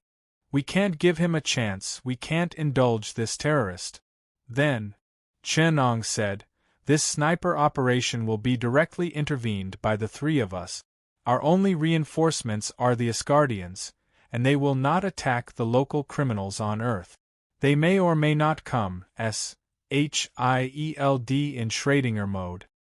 I say this to remind everyone that we seem to have the support of the forces behind us, but in fact we are tied up. We need more direct support. Our own strength. Steve thought for a long time. I will inform the heroes I can influence and do my best. There should be people who will support me. Chapter 1060. Bonanzano was a hidden city in the mountains. Towering buildings and sci-fi colored light screens and tracks, as well as bustling residents dressed in traditional African clothing, decorated this somewhat fantastical city.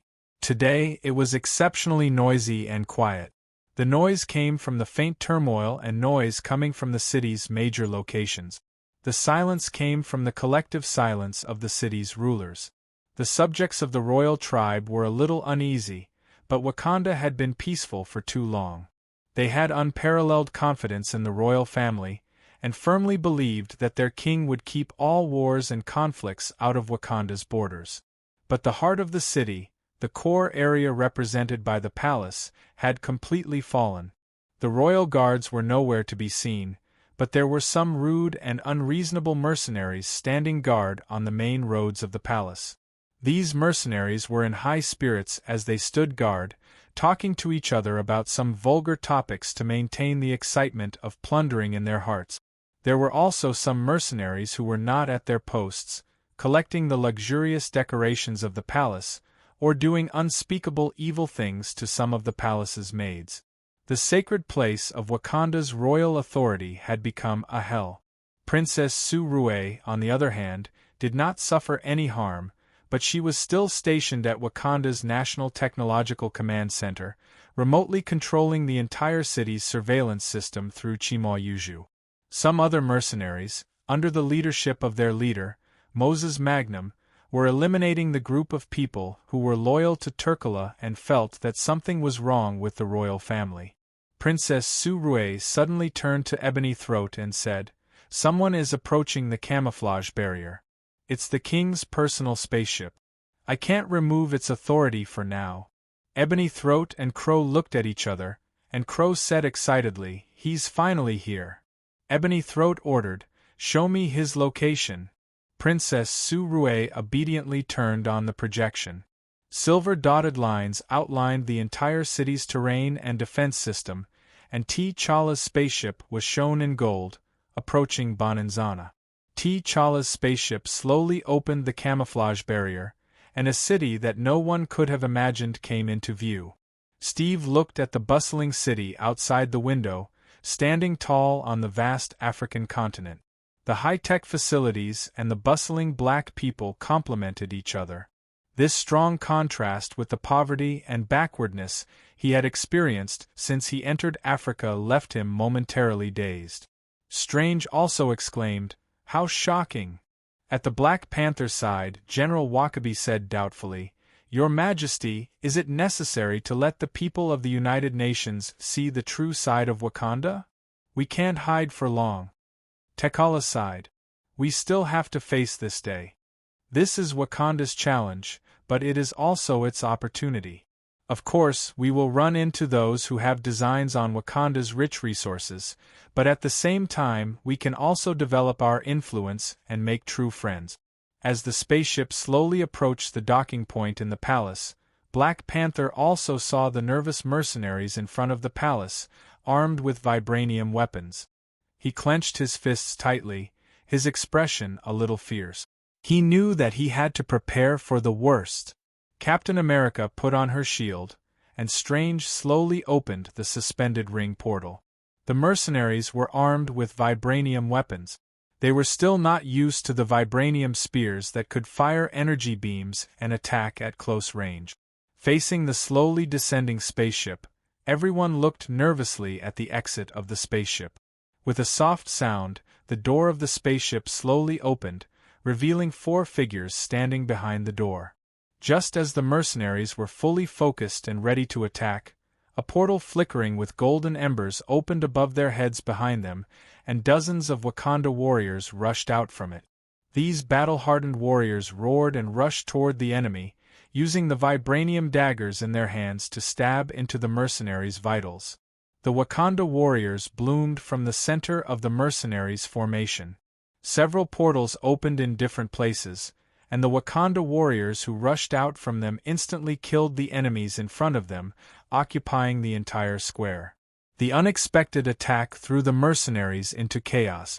Black Panther, Steve, Strange, and the resurrected corpses controlled by Chen-Ong appeared in the opened cabin door.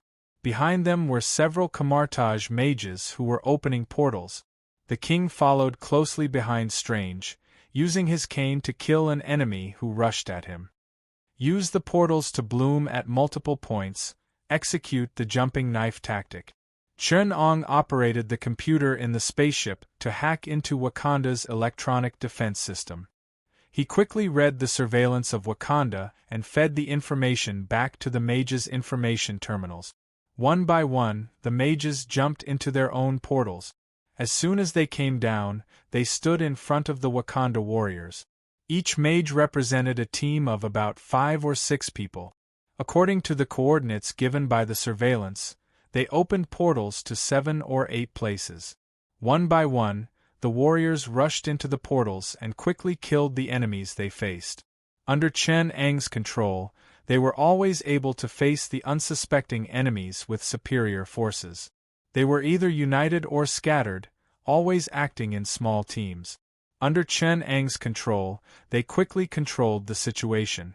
Princess Su-Rue on the other side fought back nervously. She was sweating profusely. The intruder's electronic warfare ability is very strong. He has seized part of the surveillance authority. Now we're blocking the targeted information. Crow smiled ferociously and turned around. Let's go. Come with me to meet them. Strange stayed next to Chen-Ong and looked at the space surveillance interference equipment and electronic warfare equipment provided by the HPRA. Chen-Ong nodded. The HPRA can't provide help in terms of personnel, but we can help you create an advantage in information. I'm an information warfare expert sent by the HPRA to participate in this battle. I'm your cyber army, providing you with technological suppression. Strange took a deep look at him and said, "Every time I think I understand you, reality always slaps me in the face. The vibranium puppets are here." Chen Ong suddenly said. 6 red symbols representing vibranium puppets appeared in his surveillance. Strange's expression was solemn. He said in a low voice, "Crow can indeed control more than one vibranium puppet. Originally, it was only the number of vibranium puppets that restricted him. Now that Bonanzana has been taken down, it's no longer a problem for him. If we had come a little later, we might have faced an army of vibranium puppets." Chen Ong said attentively. "Now, let's see if the data we've calculated and the gravitational wave equipment provided by the HPRA are reliable." Chen Ong held the handle of the modified spaceship's weapon and looked at the detection data of the vibranium puppets, confirming the vibration model he had calculated bit by bit. However, the 6 puppets rushed out of the roof of the palace and formed a large circle, surrounding the Wakanda warriors who were attacking with the Black Panther. Chen Ong pulled the handle, and a powerful gravitational wave erupted from the spaceship in all directions. Crow's expression changed. He felt that his control over the vibranium puppets was seriously affected. On the other side, Strange had already brought the correction equipment. The HPRA's spatial anti-interference device and coordinate correction device calculated the specific coordinates of the space that was affected by the gravitational wave. It guided Strange to relocate the coordinates and open the portal. He opened the portal to the HPRA's fortress below the 6 puppets. Then, the HPRA's laboratory on the other side of the portal conducted a gravitational distortion experiment at the portal. The portal to the artificial black hole pulled all the vibranium puppets in at once. Chen Ong watched as the vibranium puppets disappeared. He turned around and said, "This is as far as the HPRA can go." He pointed to Crow's coordinates and said, "Crow's men are now gathered here and Ebonium Throat is at the Wakanda National Laboratory. You have to split up. Someone has to break Ebonium Throat's control over the royal family and rescue T'Chara's sister and mother. According to our plan." Strange stood up and said, "It's my turn now." With a wave of his hand, he shuttled through the portal and came in front of the Black Panther.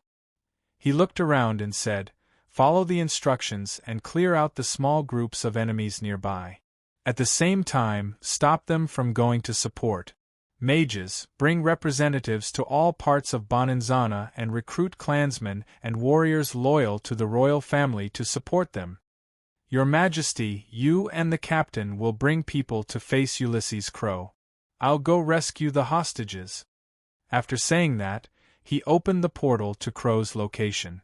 The Black Panther rushed in without hesitation. Then, the team that had gathered most of the heroes' reinforcements also walked into the portal under the leadership of Captain America. Strange, on the other hand, quickly teleported himself to Ebonium Throat. Chapter 1061.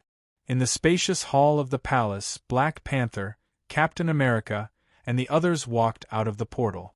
They met Crow, who was sitting on the throne of Wakanda, and below the throne was a series of supervillains and lackeys that Crow had gathered. Steve pressed down on the micro earpiece in his right ear and sent the video footage of everyone present to Chen Ong through his contact lens. He requested, "Crow has gathered a group of villains. I need to know their origins and intelligence." Chen Ong used the authority given by Captain America to connect to S.H.I.E.L.D.'s database and the shared database of the Revolutionary Alliance. That was a shared database of criminal records and key surveillance of dangerous people around the world. It was dedicated to monitoring people with superpowers and potential superpowers in unstable places on Earth. Chen Ong first marked the entrance in Captain America's contact lens. He led a team of elite mercenaries and killed several Wakandan warriors who were trying to stop him and the mercenary leader who was rushing to support them. Moses Magnum, Ethiopian. When he was a child, He experienced the invasion of Ethiopia by Italian fascist Mussolini, so he felt the terror and power of advanced weapons. When he grew up, he became an independent arms dealer and has always been on good terms with Crow. According to the data, he is 93 years old this year. Black Panther looked at the muscular and surprisingly strong mercenary leader Moses Magnum and could not help but say, "Are you sure he is 83 years old? He looks like he is only 38. Obviously." Chen Ong teased. "This is the reason he defected to Crow. This is Crow's former boss. Crow's arms business was supported by him in the early days. And this person also had a business conflict with Stark. His arms business was later withdrawn because of Stark's attack. People who have a grudge against Tawny are practically everywhere," Steve teased. "We should let him see. I'm afraid half of the people here are his acquaintances. The scan results show that he has not undergone human modification and does not have any superpowers. But his muscles show that he is good at fighting, and he has a lot of high-tech gadgets on him," Chen Ong reminded. "Relying on the high-tech equipment on your body and your own combat ability to fight?" Black Panther was eager to make a move. Chen Ong continued to mark the next target. It was a young man from the east who stood to the right of Crow. He held a long sword in his hand and was strangely silent.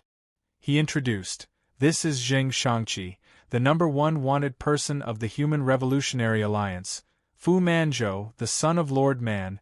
There were originally 2 people, but they have merged into one here, the next weapon grandmaster of the demonic blade 10 Rings. He has been practicing martial arts with his father since young, and is proficient in ancient Chinese martial arts. He possesses the power of the demonic blade. The demonic blade 10 Rings in his hand were reforged by his father, Lord Man. Later, during the Republic of China, Lord Man tried to rule over China with them and destroyed them. When the 10 demonic blade rings are in perfect condition, they each have their own special abilities. When combined, they form a set of supreme martial arts known as the 10 Heavenly Calamities. He is Lord Man's only disciple and son, so he must have also inherited this set of martial arts that uses the devil blade to create 10 natural phenomena in the natural world, causing the world to change in color." "What about the black man with the big smile?" Hawkeye, who had rushed over from SHIELD, pointed to the right of Crow. There was a guy with a mouth that took up half of his face and a bright smile. The database shows that his name is Achabi, and he used to be an ordinary African farmer. Later, he was wanted for killing dozens of rebels who invaded his village. At this point, Chen Ong paused, obviously dissatisfied with the backwardness of the database. He simply explained himself, "But I can see that he is a sorcerer from a voodoo sect, and he has an annoying familiar aura. This is a voodoo sorcerer who sold his soul to the devil. His master should be our old friend, Mephitis."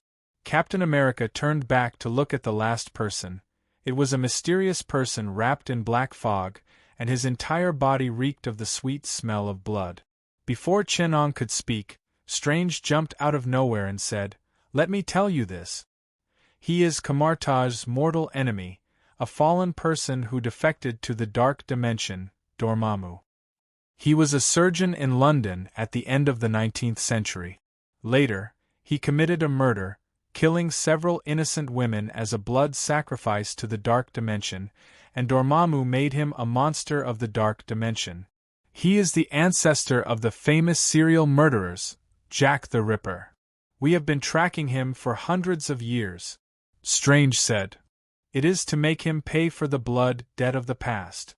Seeing that he looked like he wanted to take action personally, Chen Ong had to remind him, "You have to go deal with Ebony Throat. Before we defeat Crow, we must rescue Chala's family. Otherwise, I'm afraid he won't be able to rest easy."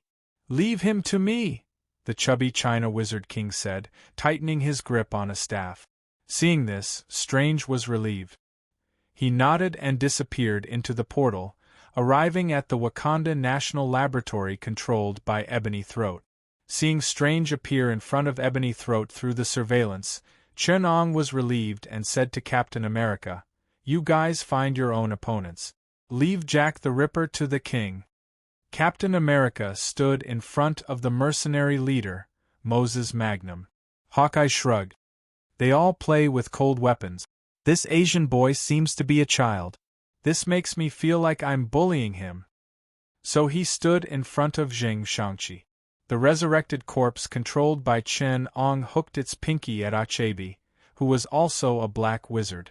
Achebe's smile turned ferocious, and the consciousness of the resurrected corpse revealed a look of horror. The voodoo doll that Chen-Ong brought with it said in fear, "He is Achebe. He is the wizard demon Achebe. He is a lunatic who sold his soul to the demon." "Why do you know him?" Chen-Ong asked it calmly. The voodoo doll's reaction was very crazy. "He is a famous figure in our field. He is a very cruel and crazy guy. You can't let me face him alone." "That's not just you. It's my consciousness inside your body." Chen-Ong revealed an interesting smile and said in a low voice, "Is he very scary? More scary than me?" The voodoo doll suddenly became quiet. "Yes. Who could be more scary than the person next to me?" Thinking of this, I felt inexplicably a little relieved. Wizard King teleported to the middle of the throne room and faced Jack the Ripper. As the host, Black Panther was released by everyone so that he could freely face his enemy, Ulysses Crow, who killed his father and wanted to enslave his country.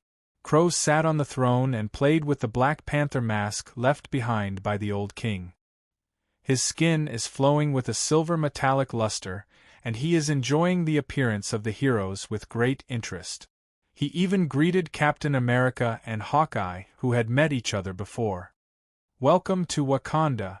Crow, who was sitting on the throne, smiled and said, "Please allow me to do my best as the host and arrange this grand gladiatorial fight."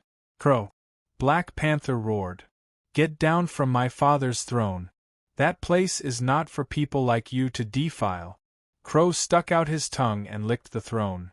"Defile? Is that so? Or do I have to sit here and have sex? Just thinking about it makes me excited. I should have brought my favorite issues of Playboy magazine over. To be honest, your mother is really a beautiful woman." "Yo yo yo. Don't get excited.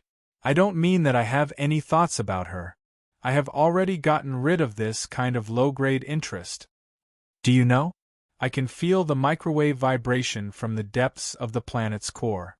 I can let this vibration reach my prostate. It feels like I'm F** King Earth. Damn it. I'm F** King Earth. It feels so good." Black Panther could not hold it in anymore. He roared and pounced on Crow. But halfway through, a person wearing the same Black Panther armor pounced on him, smashing into him and throwing him out. Crow sat on the throne, admiring all of this. The guy wearing the same Black Panther mask put away his mask, revealing a face that was somewhat similar to Tekala's. Crow said, "Kitten, you'll never guess who I found. Look at who this is. Can you guess who he is?" Chapter 1062. The face seemed to guess that he did not know him. He peeled off his lower lip and revealed a line of fluorescent blue code. Crow laughed so hard that he fell over on his throne. Crow choked on his laughter and said, "He is the son of my partner, the royal family of Wakanda. His father is your father's brother, the prince whom your father killed with his own hands, Nijab." Black Panther was shocked. He looked at his young cousin in front of him and noticed the ring around his neck. He recalled the secret the old king had told him in the illusion, about the death of his uncle, Nijab. He said in a low voice, "Everything my father, the king of Wakanda, T'Chaka did was fair. This was a fair trial, because your father betrayed Wakanda." "Shut up!" Eric Kermango or Enai Jadaka roared. He only had a few different opinions about Wakanda, but he still loved this country. "So you brought people to invade it?" Turkala asked. Enai Jadaka replied, "I did it to change it. Wakanda, Do you know how powerful Wakanda is? But our people still suffer the most terrible suffering in the world. Our people and race have become the lowest race in the world. You're cowardly protecting yourselves here, but you can only watch as billions of people with the same skin color as us struggle to survive outside this barrier. You watch as the white people commit crimes that are higher than the mountains and deeper than the sea here for centuries. You watch as they commit blood debts, but you do nothing about it. How many lies has Wakanda, who has secluded itself from the outside world, for the sake of so-called peace? Although Turkula felt the same, he had to protect his father's dignity at this time. He replied, "That is because we are protecting this country?" Protecting? Enai Jadaka roared. Only the weak need protection, the strong are only restrained. Outside of Wakanda, people have lost their minds because of greed. Just letting Ulysses Crow, who is behind you, know about this has already brought us so much suffering. If the whole world knows about the wealth and vibranium here, war will break the peace here, and Wakanda will become a hell of war. There will be countless ambitious people eyeing this place.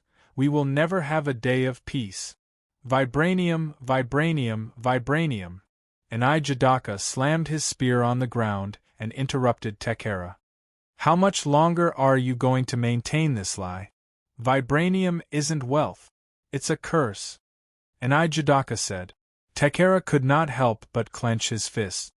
He asked nervously, "What did you say?" Enai Jadaka said proudly, "Don't repeat the lie that has existed for tens of thousands of years? Why did the Jabari tribe betray their king?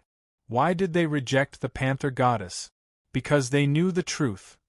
The so-called heart-shaped herb that gave the Black Panther power was just a lie. Lies.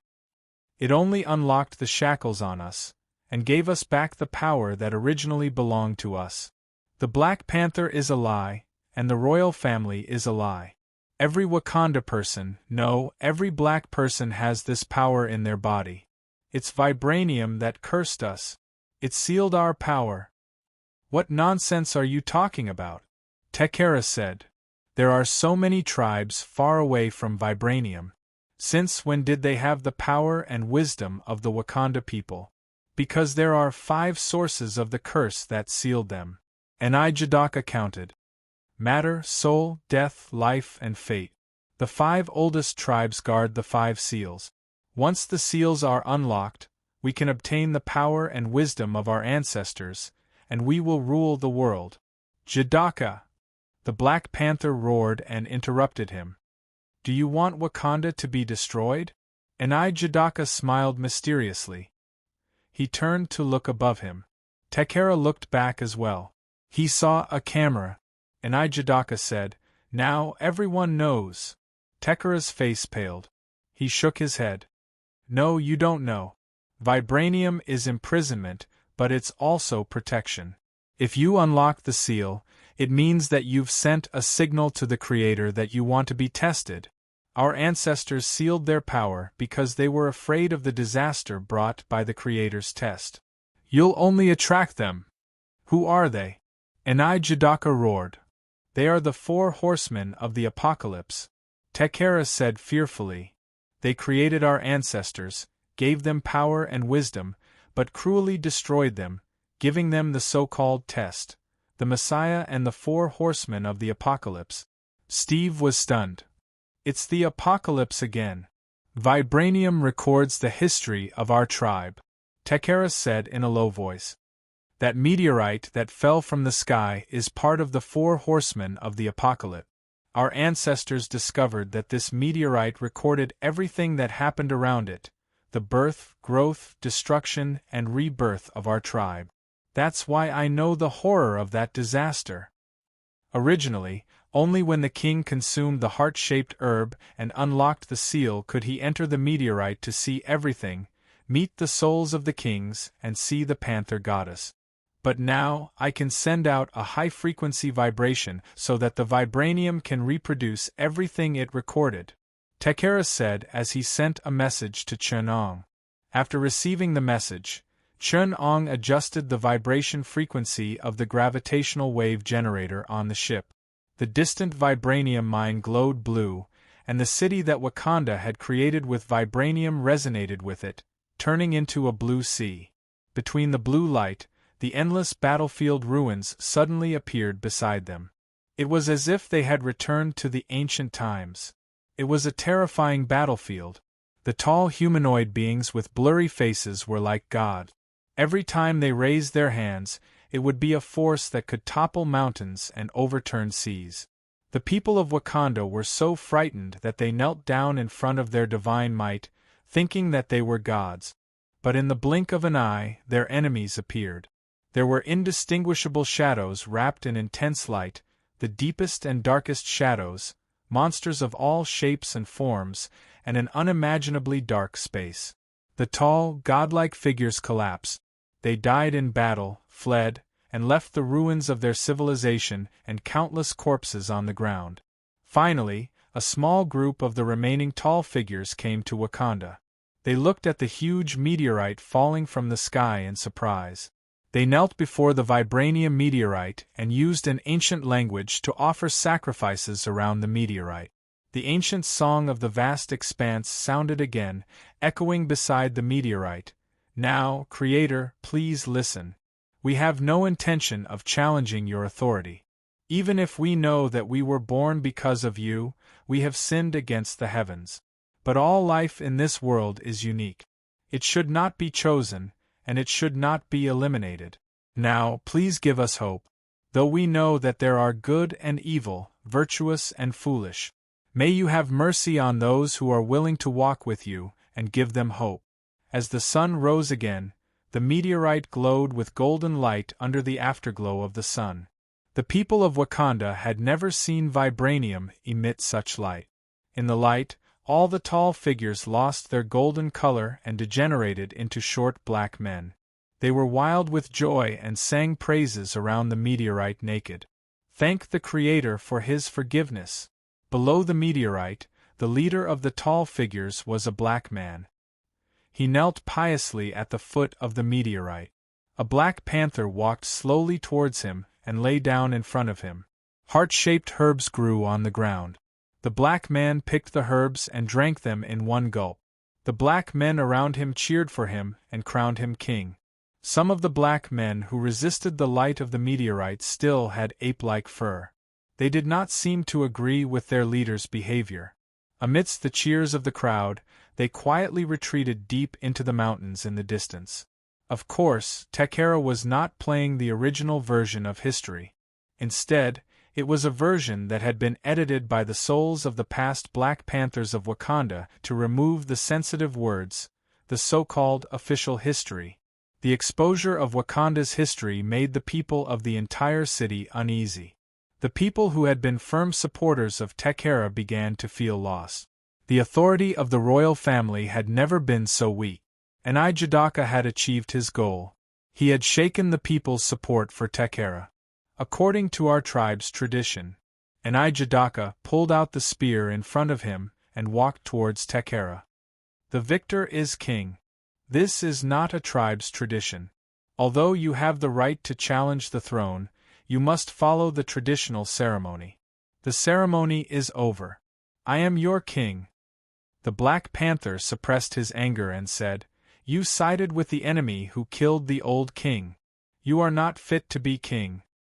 That's your father, but he's the one who killed my father." Jadaka said, "There are no traditional ceremonies. These are just traditions followed by the mediocre. There is only one true tradition. The strongest is king. I will step on your head and make you bow to me.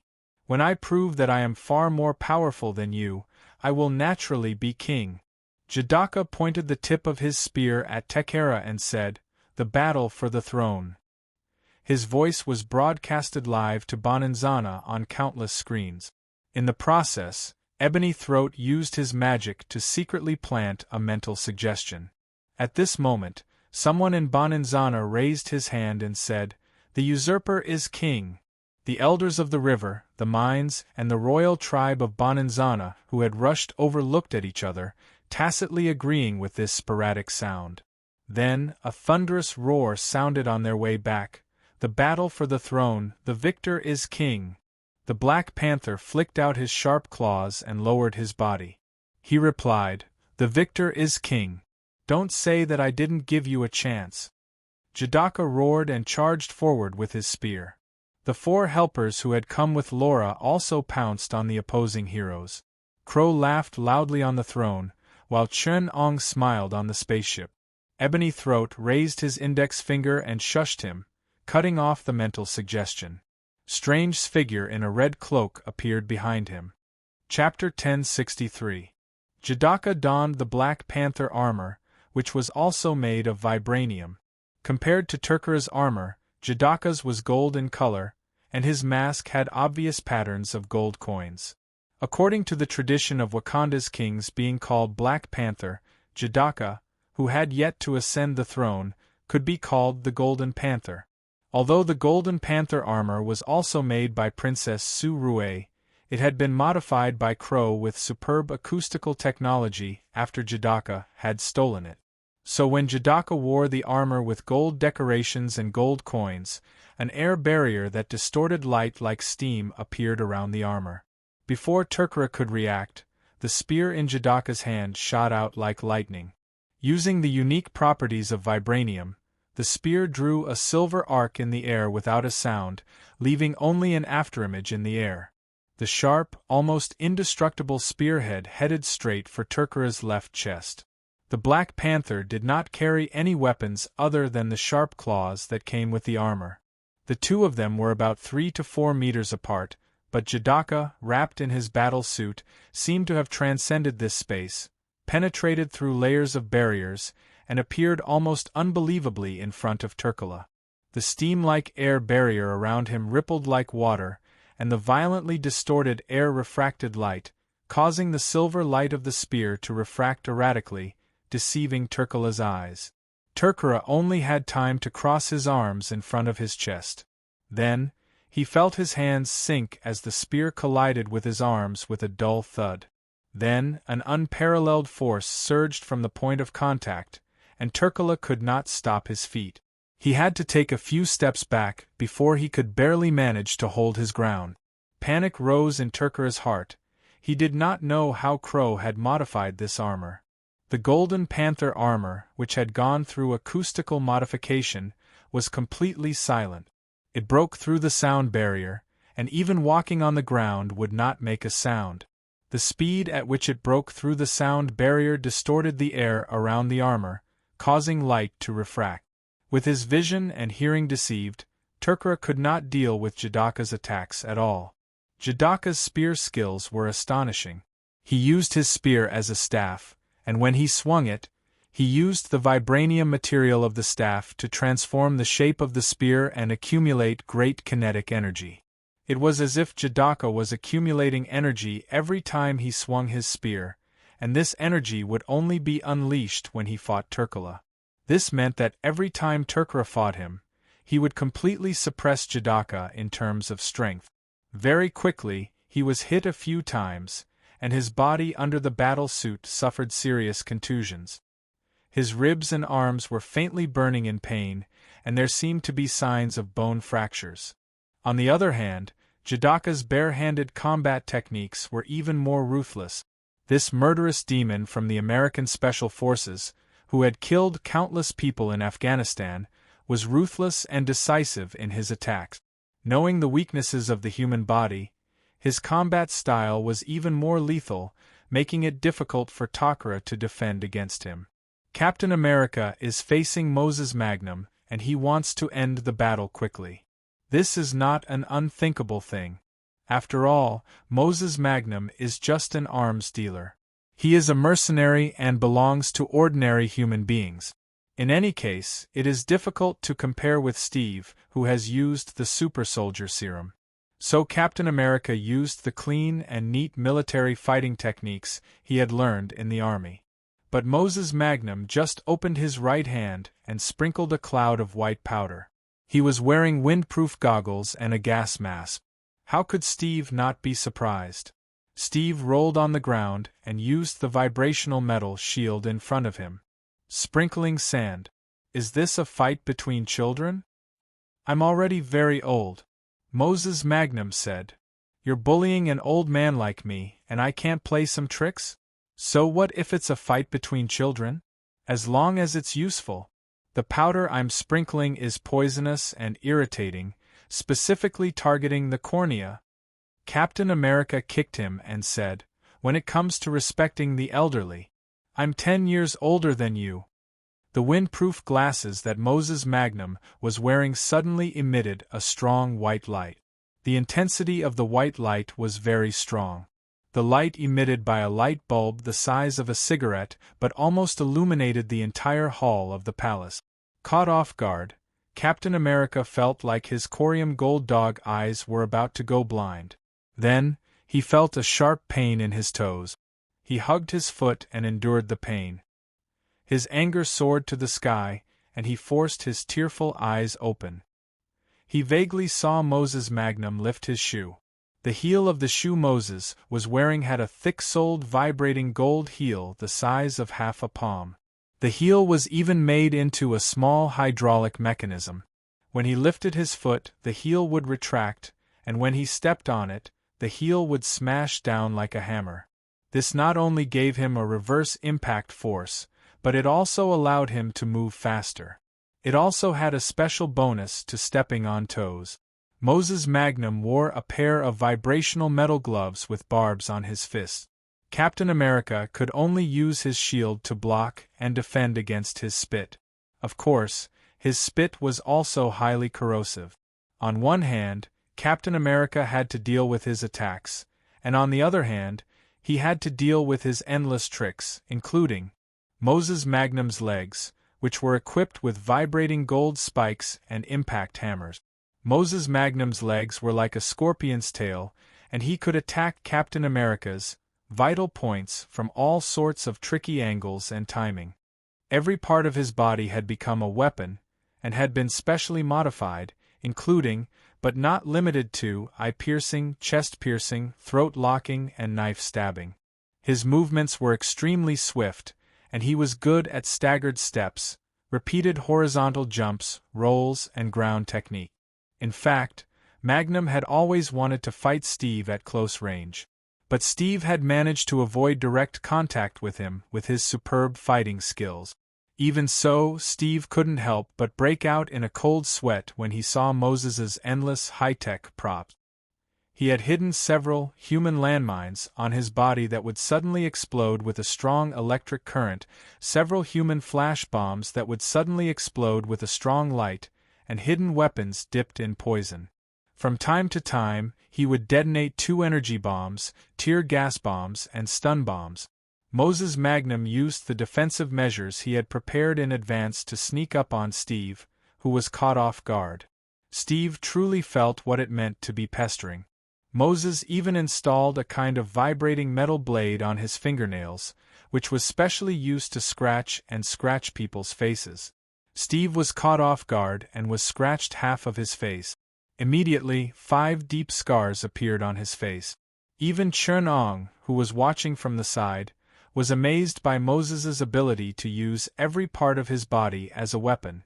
Hawkeye and the others broke out in a cold sweat when they saw Moses's untraceable groin kick. Chun-Ong was filled with emotion. Is this the unrestricted fighting technique created by the legendary martial arts master Chun Hagao? Who would have thought that a legendary martial art of a generation could be seen in this vast land of Africa? After seeing Moses throw out 2 iron balls and shoot out an iron net made of gold wire the size of a hair in the air, tightly entangling Team America, he used this hooligan technique that even Yongwa couldn't do anything about back then. Then, he used his heel to hit Steve's crotch, and the powerful plasma and impact drill on his shoes caused the onlookers an indescribable pain. Hawkeye had no choice but to knock a magnetic arrow to try and rescue Steve. At this time, Zheng Shangqi, who hadn't made a move yet, blocked Hawkeye's arrow.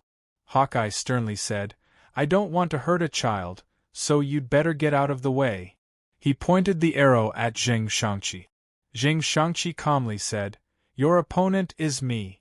Although I don't agree with his martial arts, this is not a reason for you to besiege me. Let's fight one-on-one." Hawkeye sighed helplessly and loosened the bowstring. The magnetic discharge arrowhead turned into an afterimage and shot out at a speed invisible to the naked eye. But Jing Shangqi just raised his hand, and the emerald ring on his ring finger shone slightly. The silver-white cold air instantly froze everything in front of him. The metal arrowhead was frozen in his hand, and as the bone-chilling aquamarine true qi gushed out, the arrowhead made of high-strength alloy was frozen into pieces. Jing Shangqi's other hand punched out. White steam was boiling, wrapping his fist. White zhen qi gushed out from the white jade ring on his thumb. The zhen qi was extremely hot, dense and tough.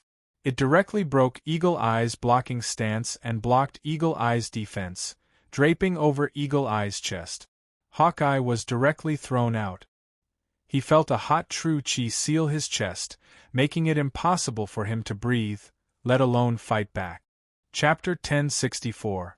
Wizard Wong was facing Jack the Ripper, who had already transformed into a dark space monster.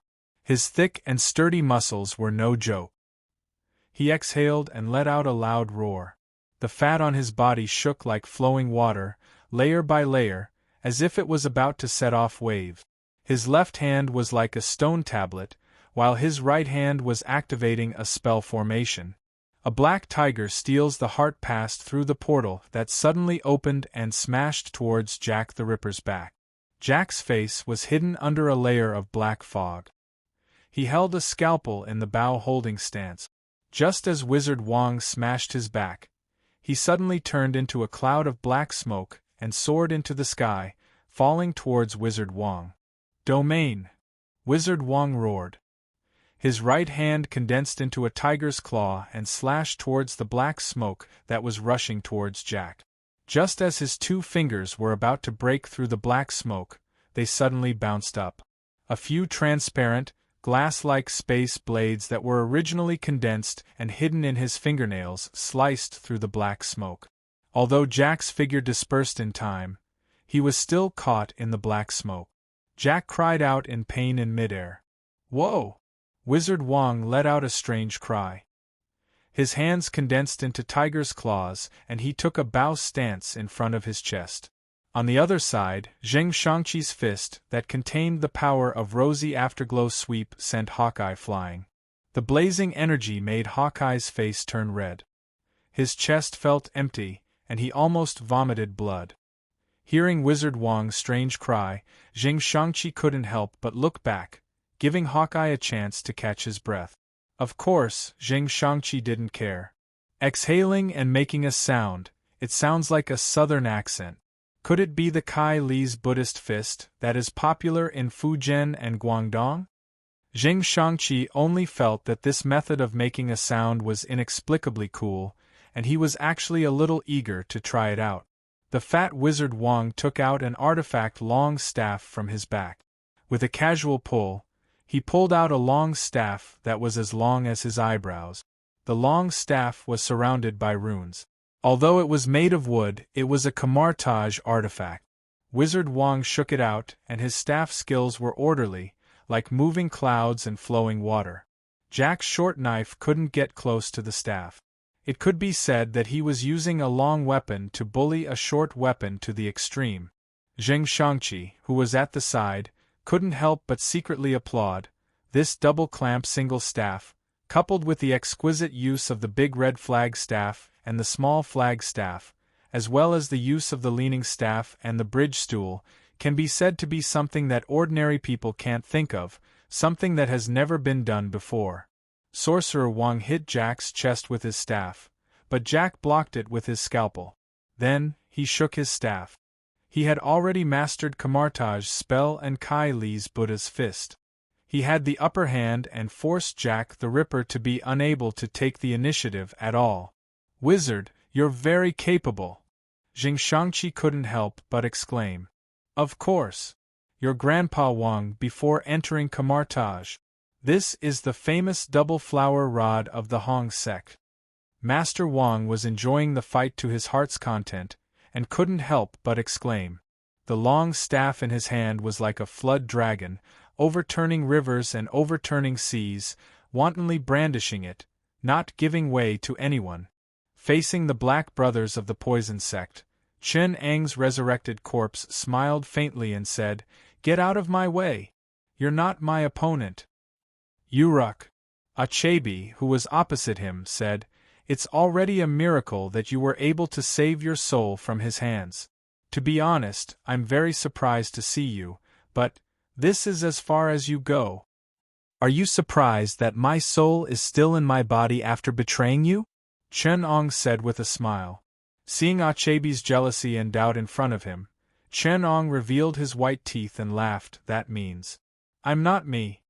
Achebe felt that his strength in his body was like a straw shell in a Category 18 typhoon, rapidly disappearing. His vision began to blur, and he even lost the strength to support his body. He weakly knelt in front of Chen Ong, so weak that he could barely lift his hands. Looking at his hands that were trembling like a Parkinson's patient, Achebe raised his head in confusion. Chen Ong just shook his head gently and said, "You shouldn't have sold your soul. I'm not afraid to tell you the truth. I'm your boss. I'm in charge of the souls of all humans. Next time, follow a more reliable boss. Mephitus's business has been too poor recently. I'm ready to fire him." Wu Muhu put his hands behind his back and turned his back to Strange. He said softly, "Have you ever left this planet? Respected Guardian of the Ore? Let me think, what did they call you? It seems to be called Supreme Mage? I think I've seen the previous Supreme Mage. So, how long have you been in office?" Strange said slowly, "Less than 7 years. Less than 7 years. I can say that you're very young." Wu Muhu said calmly, "Mage, we need to talk about the fate of this universe." "I don't know what to talk about with you," Strange said coldly. "No. You don't know the truth. Do you think we're here to conquer? That's in the past. I'm not here to conquer, but for you and me, for our survival, for the survival of the entire universe. You can say that I'm here to save. The entire universe has lost its balance. Thanos didn't do it for his desires and ambitions. On the contrary, it was the sacred part of him that made him do it, the part that was filled with love. Yes, I admit that our loving father Thanos can be a little difficult to get along with at times, but you have to believe that today, we've come together for the sake of mutual goodwill. We've united these notorious people not because we want to rule the universe, but because we have a sacred and great goal to save the universe." It was as if Strange and Ebony Throat had fallen into a part of the universe, facing the endless river of stars and the dark true void. It was at this moment that an unimaginable entity of darkness appeared in front of them, a being that existed outside of the universe, a being that represented all life and matter. It was death. In the universe, two indescribably huge existences, two kinds of death entangled together, forming the balance of the universe.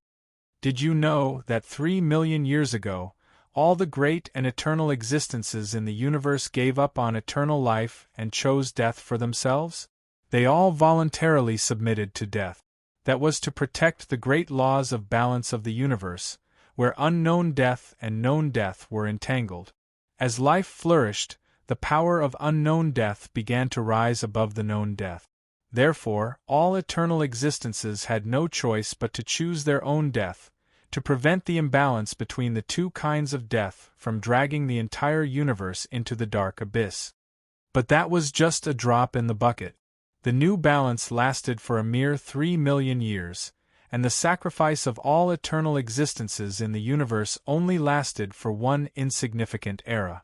Finally, our loving father Thanos realized that this wasn't the solution. All unknown death in the universe comes from the continuation of life and the prosperity of civilization. The power of unknown death originates from life, and only by balancing the power of life and death can we avoid destruction. Guardian, you think you're protecting, but you don't know that you're actually condoning destruction. Strange saw the ending of the universe in his eyes. Tears silently slid down his cheeks, and he almost couldn't breathe.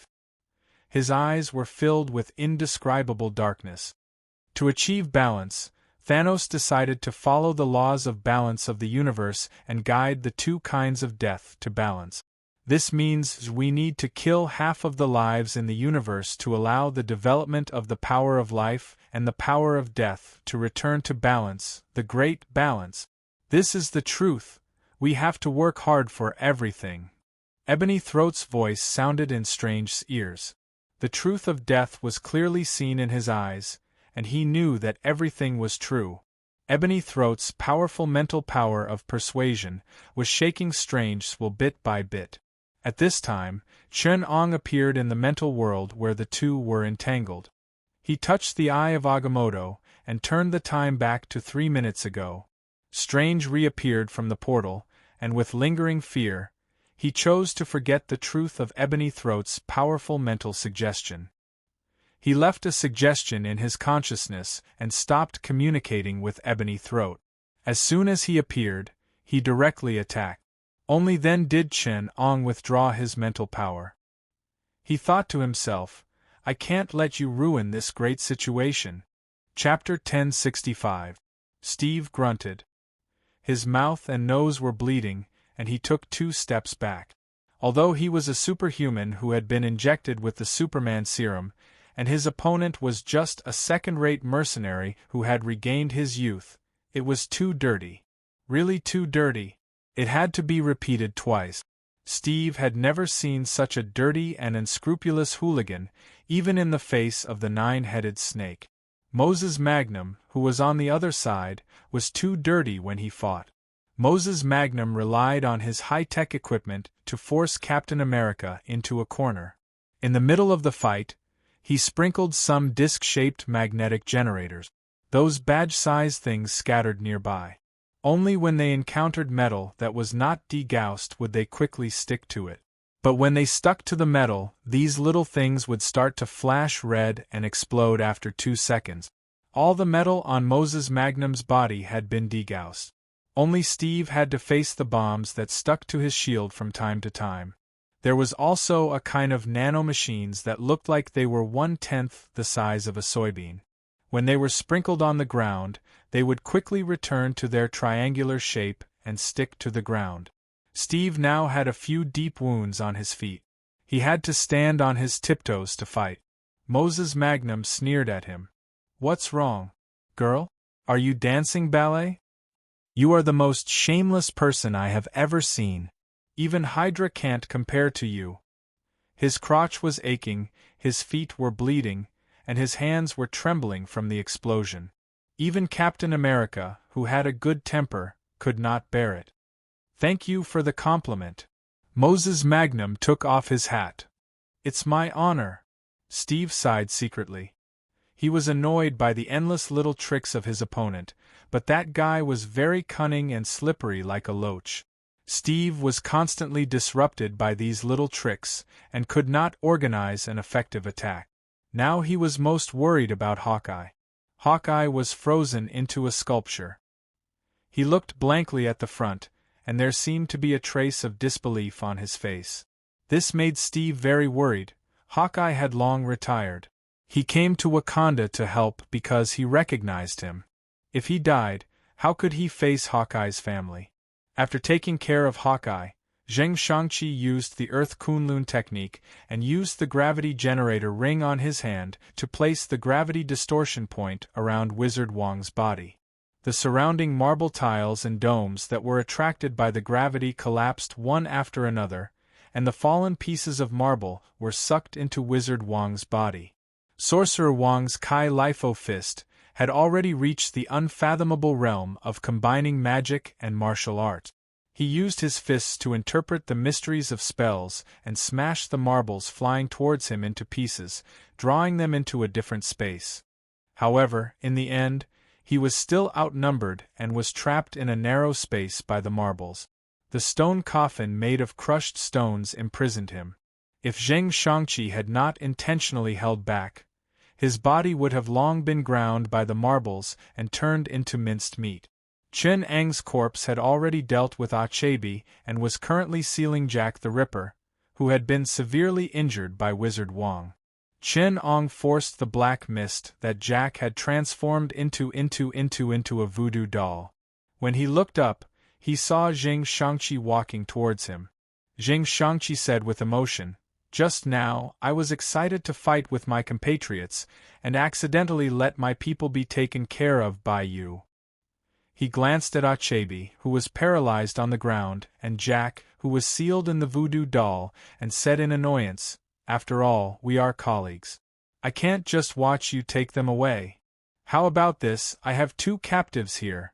He gestured to Hawkeye, who was sealed in ice, and Wizard Wong, who was trapped in the stone coffin. "And you have also captured 2 of my captives. Why don't we exchange?" Jing Shangqi suggested. Chin Ong did not comment and threw the voodoo doll and Achebe over.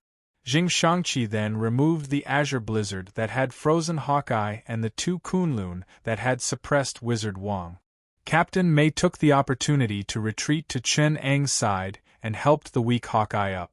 As for Wizard Wong, he was not injured in the 2 Kunlun.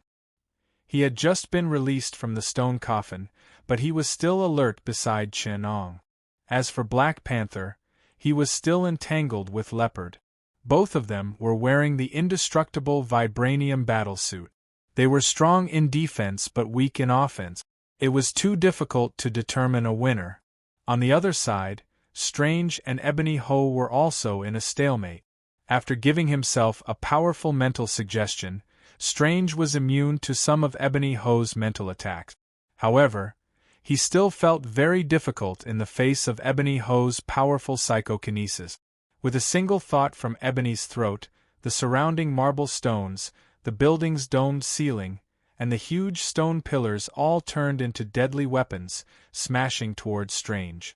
He could even use his telekinesis as a sword. The huge telekinesis was extremely sharp, and could even directly use it as a weapon. Fortunately, Strange's spirit sense was very sharp, and he could always feel the invisible sword of telekinesis, and he used the spell in his hand to form an energy shield to block it. Feeling the pressure on him increasing, Strange secretly opened the eye of Agamotto. In the time halt, Chen Eng's spirit body stood next to Strange and said, "Dr. Strange, you cheated again." Strange blushed and said, "I'm not afraid of him. It's just that it's not easy to beat him, and we don't have much time left." Chen Ong observed Ebony Ho for a moment, then turned back and said, "I'm afraid you can't do anything to him." After Strange observed the parallel world, he sighed and said, "He has already cultivated his psychic ability to the extent that he can do it with a thought. The reason why he can't undo the time halt is because he has no frame of reference. If a person is isolated from the outside world, he will lose his sense of time. Only when he has a frame of reference with the outside world will he know how time passes. That's the sense of time." Chen Ong continued, "That's why you can't make a move on him. His sense of time is normal now, but once you make a move on him, his spirit will instinctively sense you. With your time as a reference, his spirit will also be able to move at the speed of light, and he will be able to enter a state where time has stopped. Although his abilities are limited and his psychokinesis will probably not be able to reach the speed of light, the spiritual communication between the two of you can. I can't guarantee that you'll be able to withstand his mind invasion and mental suggestion." "Open the portal," Chen Ong said. "We have to rescue Turkara's family first." Strange sighed. "That's the only way." Strange opened the portal, and all the hostages present fell into the portal beneath their feet, including the bewitched princess and queen, as well as Turkara's little lover. "Where are the others?" Strange looked at the few tribal elders. "Leave them here." Chen Ong shrugged and said, "I don't think Turkara will care about them." Strange hurriedly undid the time halt. After that, Ebony Ho reacted immediately. He looked at the time gem on Strange's chest and said, "Is it the power of time?" At this time, Princess Su Rue and the Queen fell from thousands of meters in the air.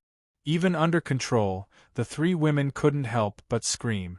At this time, from the rear of the spaceship parked on the helipad of the palace, 3 Mark model warframes suddenly rushed out. The 3 warframes rushed into the air and covered the 3 hostages. Captain May watched this scene nervously, and only relaxed when they were all protected by the warframes. He said to the communicator, "Thank you. Little Chili, you've really helped us a lot." "Captain, it's my duty." Little Chili laughed and said, "How's Tawny?" Steve asked. Little Chili Pepper sighed helplessly. "This is terrible. You should come see him. He doesn't look like a technological genius, entrepreneur, Iron Man, superhero, but more like a drunkard on the street. I don't even recognize him now. He's so foreign to me." Steve comforted her.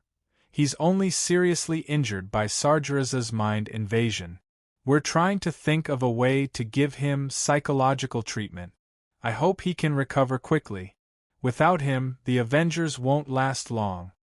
Steve glanced at the wounded Avengers around him, and Falcon Sam urged him, "Retreat quickly. Captain, the situation is terrible. The King's Guards didn't support T'Challa as we expected. They've all been controlled by Ebony Throat's magic. Now Wakanda's controlled warriors are continuously heading to the palace to support. We can't hold on much longer." Steve saw that the plan had failed more than half, and the only way to preserve the current profits was to decisively cut the losses. He made a prompt decision. "Sam, you guys start retreating. We'll meet up later." Then, through the secret communicator, he said to T'Challa, "The situation is worse than we thought.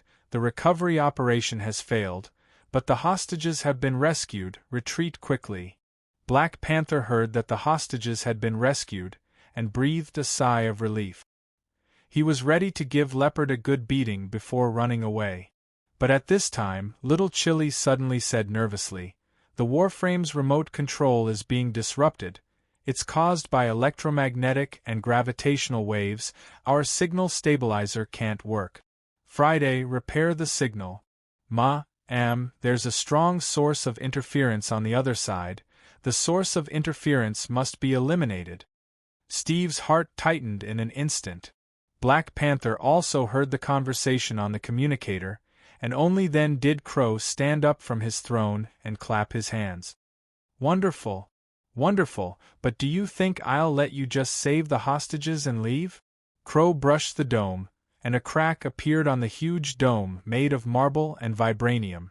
Through the crack, the Black Panther could see 3 silver and blue armors falling from the sky. He roared, his voice filled with fear and sorrow. Crow laughed. "Kneel." Black Panther's mind was a mess, and countless thoughts and memories burst out, and then came the calmness under extreme emotions. A sentence flashed through his mind: the source of interference must be eliminated. He took a few steps towards Crow and knelt down. Crow removed the interference, and the warframes that enveloped the princess and queen began to restart, stabilizing in midair. At this time, Black Panther's fists sprang out sharp claws, stabbing towards Crow's abdomen. The sharp claws sank into Crow's abdomen, but the man only showed a mocking smile. He pressed his hand on Black Panther's body, and the high-frequency vibrations caused Black Panther's armor to quickly degenerate, revealing Turkara's body. Crow's right hand pressed on the top of Turkara's head, forcing him to look up at the sky. In the sky, a warframe exploded into sparks, and in the already dark Wakanda night sky, the sparks were like beautiful fireworks, sprinkling down one after another. Turkara looked at this scene and roared silently, tears gushing out of his eyes. His intense emotions made his body tremble slightly, and the veins on his neck swelled and thickened. He roared continuously, the sound of the wind hissing from his lungs. Crow whispered in his ear, "Did you see that? Black Panther, King exploded. This is what I wanted you to see, this is what I wanted to see, or else I would have killed you yesterday. Thanks to your father, I was a stray dog for a while. But you can't see me as a stray dog forever. I'm different now. You look at me with hatred and disdain, but tomorrow, I only want to see one emotion, and that is fear. I am Ulysses Crow." Crow threw Turkara away like a dead dog, then punched the American team's shield, punching a big hole in it and forcing Steve to kneel on the ground. With a casual wave of his hand, a strong tremor caused strange, unbearable pain, causing him to collapse to the ground. With a light stomp of his foot, the resisting Shield and Border Tribe warriors all had their tendons and bones twisted by the vibration, collapsing to the ground. With a wave of his hand, no one could withstand a single round. The conqueror of Wakanda, Jadaka made a gesture of submission, then stepped on Turkara's head to show the reinforcements of the river, mine, and Border Tribe warriors and elders. The Master of Black Panther. Chapter 1066. Strange endured the severe pain of his muscles and nerve tissues being twisted and shouted into the sky. "Thor! What are you waiting for? If you don't come out, we will all die here." Thunder roared in the sky, and a colorful light descended from the sky, blocking between Crow and the Black Panther. Ulysses Crow just smashed his fist into the space at a vibration frequency calculated at a second, 10-18 seconds, setting off hundreds of millions of space-time ripples in the blink of an eye, causing the expression of Heimdall, who was guarding the Bifrost, to change. He hurriedly walked out of the palace he was guarding and saw cracks appearing on the magnificent Bifrost in front of the capital of Asgard. High-frequency gravitational wave oscillations were transmitted through the wormhole structure of the Einstein-Rosen bridge, causing the Bifrost to resonate. Countless cracks spread on the rainbow-colored bridge, and finally, the end of the Bifrost began to shatter. Countless glass-like rainbow bridge shattered into fragments the size of a thumb and fell into the endless void under the bridge. On the other end of the Rosen bridge, on Earth, Thor's figure was punched out of the colorful light by Crow. His face was punched by Crow, and he was smashed into the marble floor of the palace without being able to fight back. Chen Ong couldn't help but look back, unable to bear to witness this embarrassing scene. Crow retracted his fist and chuckled. "The god of Asgard? Why are you pretending in front of me? The fluctuations of the universe are nothing to me. You opened a wormhole and came in front of me. Do you think I will see a rainbow? I've seen more than you can imagine. In front of me, opening a massive distorted spacetime and building the Einstein-Rosen bridge that connects this space is no different from opening a door right in front of my face. So of course I can punch you in the face through the doorway when you open the door. To warn you, when you open the door to your master's house, learn to knock on the door. Didn't your mother teach you manners? Asgardian?" Thunder cried out in pain, covering his face as he got up from the ground, shook his head to dispel the dizziness, and replied, "I don't have to be polite to bandits. I came here at the invitation of my master. Banish villains like you who forced your way into this country, usurped the throne, and killed the master here. Asgardians, I know your style." Wu Muhu slowly walked out from behind Crow's back and said, "Unbridled, relying on your advanced technology to forcefully invade planets with less advanced technology. You open the door to Asgard in someone else's land without any scruples. To a certain extent, this is an invasion. You condemn us for invading planets that are not our territory, but you do the same. The Titan god Thanos is honest. He never hides his views. The weak have no power, but the gods of Asgard are hypocritical. You use your words to cover up your invasion.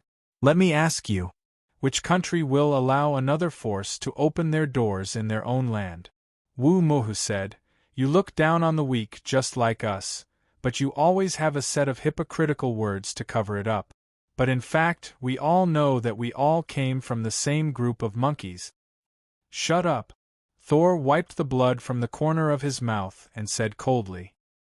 He picked up his hammer and said in a deep voice, "We came from humble origins, but in the process of protecting this universe, we are great because of this. Asgard is worthy of this world, worthy of the 9 realms we rule. You keep saying that you are protecting this universe, but when Lord Thanos and other great beings are working hard to save this universe, what are you doing?" Wu Mohu asked. "Saving this universe?" Thor sneered. Is this why you want to destroy half of the life in this universe? Steve was dumbfounded when he heard that. He looked up in shock and asked, "Wait a minute? What do you mean by destroying half of the life in this universe?" If we decide who to destroy with our own will, it can naturally be said that we are biased. But what we bring is no difference, absolute justice. We give absolute equal destruction to the life in this universe, regardless of whether it is high or low. This can prove that we are completely selfless. Woo-Mohu said. Thor shouted angrily, "You are not qualified to destroy life in the universe. No one and nothing can give you this right." The Prince of Asgard. Woo-Mohu said, "You don't understand the meaning of life at all. This meaning transcends everything. In the face of this, humanity is useless, morality is useless, compassion is useless, equality is useless, democracy is useless, freedom is useless. All the value of life is based on survival.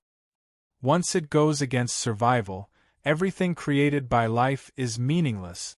In the face of the survival of the universe, survival is the greatest morality, compassion, conscience, and awareness.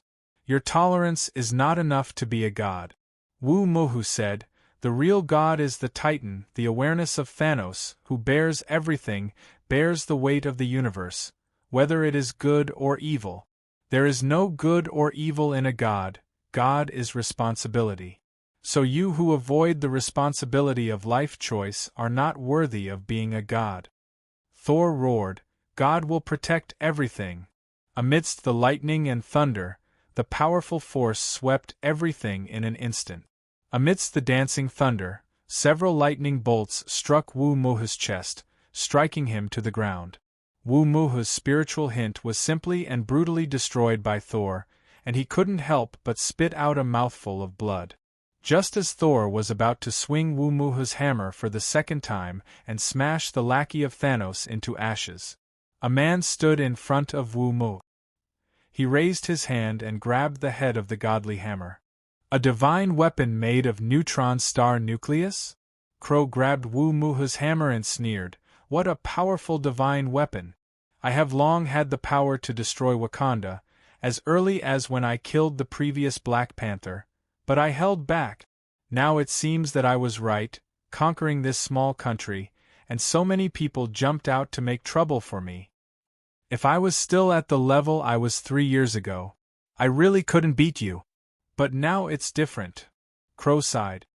The 4th level of the 12 stages of vibranium, the star-breaking realm. Crow smiled and said, "Let me have the power to destroy this small planet under my feet." What is that saying again? If you have one nuclear weapon, you will be the world's biggest terrorist and the enemy of all civilized countries. But if you have 100 nuclear weapons, you will be a strong country in the region. If you have 1,000 nuclear weapons, you will be a strong pillar of world peace. Chapter 1067. According to the law of conservation of energy, I don't have such great power, Klaus said. But what destroys things is often the thing itself. I'm just the external cause that triggers the internal cause. The powerful vibrational force penetrated into Mjolnir's hammer in his hand. The powerful gravitational force of the neutron star nucleus was cleverly balanced by the forging skills of the dwarves, creating the material shell of Mjolnir. But now, Klaus could clearly feel the vibrational force of the neutron star nucleus in his hand. It was like the heart of a planet, constantly emitting gravitational and battery wave. The vibranium that made up Klaus' body captured and sensed this vibration, then conducted it, and in turn, used this vibration to destroy its own balance. All of this sounded very long, but in fact, it was very short. Cracks began to appear on Mjolnir's body, and the cracks rapidly expanded, running through the entire hammer. Thor, who was connected to Mjolnir's mind, looked at his hammer in disbelief as it shattered into countless pieces in Klaus' hands. "No!" Thor looked up in horror and shouted, "Father! How did this happen? It seems that I've proven myself. I can crush a weapon forged from a neutron star nucleus, so it shouldn't be too difficult to crush this planet under my feet, right? Klaus asked Steve. So, will SHIEL D carefully consider how to unite a strong pillar of world peace like me? I don't know if SHIEL D will consider it, Steve said. But I will not compromise with you. What a pity! Klaus shook his head. He looked back at Thor, who was still looking at the sky in disbelief, and said to him, Are you awake now, Hammer God? Chen-Ong said calmly, You can't destroy this planet. The Human Revolutionary Alliance has used the mirror dimension replication technology and time reversal technology to put at least 3 layers of insurance on this planet. And I don't think that when you make a move, the Apocalypse Laboratory's protection measures and mechanisms on this planet will be indifferent. Moreover, we are still in internal conflict on Earth. I need your attitude. Chen-Ong temporarily became a diplomat and said, Have you formed an alliance with the Galactic Warlords, Titan Thanos? If so, we will carefully evaluate whether you have the possibility of becoming a spokesperson for an alien force. And will you participate in Thanos' plan? If I can ensure my safety by destroying other lives. Klaus spread his hands and said, Then, why not? At this point, he suddenly felt that something was wrong. He quickly overturned what he had just said and said, Wait, I still need to think about it. He pondered and said, What if I say yes? Then, you will be recognized as an enemy of the CPL. Chen-Ong said, We will close all diplomatic channels and use force to solve all problems. I mean, I need to think about it. After careful consideration, I don't think there's a need for me to betray Earth's position, Crow stammered. I don't support it, I don't oppose it. All of this has nothing to do with us. In any case, Slayer Hegemon had succeeded. I will not be unlucky. Slayer Hegemon failed. I won't lose anything. That is to say, you won't help us capture the infiltrator from the alien forces, Ebony Throat? Crow smiled and said, This requires diplomatic negotiations. We will not take the initiative to express our friendship before the YPG and SHIELD complete friendly negotiations with us. Only after the negotiations are completed and you acknowledge our actual rule over Wakanda will I expel him as a gesture of friendship. So, we can only discuss this at the next negotiation, right? Chen-Ong asked. Crow sat on the throne and crossed his legs. Yes. I need to see your sincerity first. Ebony Throat stood at the side. He did not respond to Crow's blatant declaration of betrayal. It seemed that he had tacitly agreed to Crow's betrayal. As far as I know, Chen-Ong said, there are 5 tribes on the African continent, each guarding a part of the Messiah who created mankind and the 4 nights on Earth. Wakanda's vibranium is one of them. If the 5 elements are gathered together, they can restore the creation of the apocalypse and a part of the defense mechanism of the huge laboratory called the universe. That is a destructive weapon that can completely kill half of the life in the universe. This is nonsense, Crow said. I have never heard of this. That is to say, you won't protect vibranium from being used by the alien forces, right? Chen-Ong asked directly. Crow replied, Before the friendly agreement between us is signed, I will not make any guarantees, because the guarantee is mutual. If you want my guarantee, you must first acknowledge my right over Wakanda. All right, Chen-Ong said, my exchange with you on behalf of the YPG ends here. More specific exchanges will be discussed with you by our diplomats at a later time. But I want to reiterate on behalf of the YPG that the YPG will not recognize the results of your invasion of Wakanda. So, the friendly agreement does not exist. I want to leave here now, Chen-Ong said. Sure, Crow said. As long as you don't take these people. He gestured to Hawkeye, Steve, Thor, and Chara, who was being stepped on by Jadaka. Chen-Ong was silent for a moment. Just when everyone thought he would leave alone, He activated the gravitational generator on the spaceship, and a huge gravitational pulse shot towards Crow. Crow punched the gravitational pulse and abruptly stopped the destructive wave of gravitational wave. Strange saw the opportunity and shouted, "Run!" He opened the portal to the interior of the spaceship and took Hawkeye in first. Steve took the opportunity to hit Jadaka and sent him flying. He supported Chara and followed closely behind. Mage Wang covered them with a magic shield. Thor grabbed Jadaka by the waist and threw him to the ground. Then he looked around and saw that Jing Shangqi and Ebony Ho had no intention of stopping him. He was the last to enter the spaceship. As soon as the spaceship started, they heard Crow's roar, and a powerful vibration stirred up white air ripples and attacked the spaceship.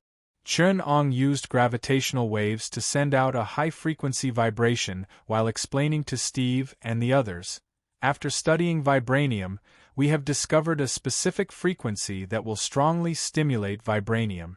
Now we have no choice but to try." "What will happen to that frequency?" Steve asked nervously. Chen Ong hesitated. "I don't know. Maybe this is an alarm clock that will wake it up. We discovered this fluctuation through continuous activation of the physical properties of vibranium. This is a weak fluctuation emitted by previous nuclear explosions since mankind entered the nuclear age.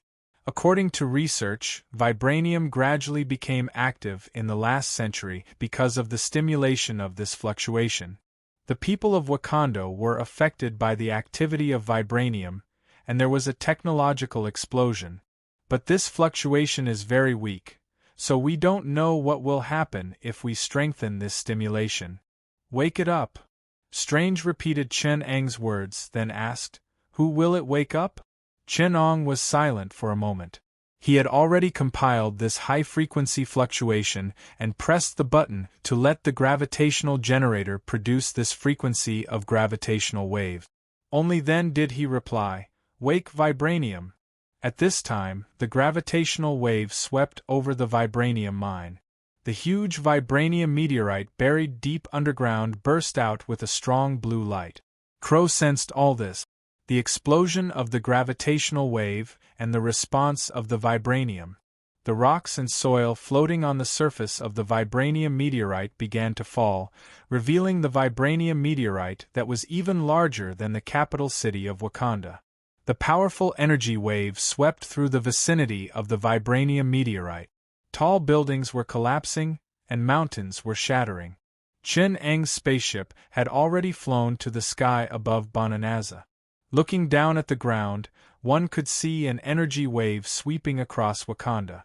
All vibranium resonated with the huge meteorite and lost their physical properties.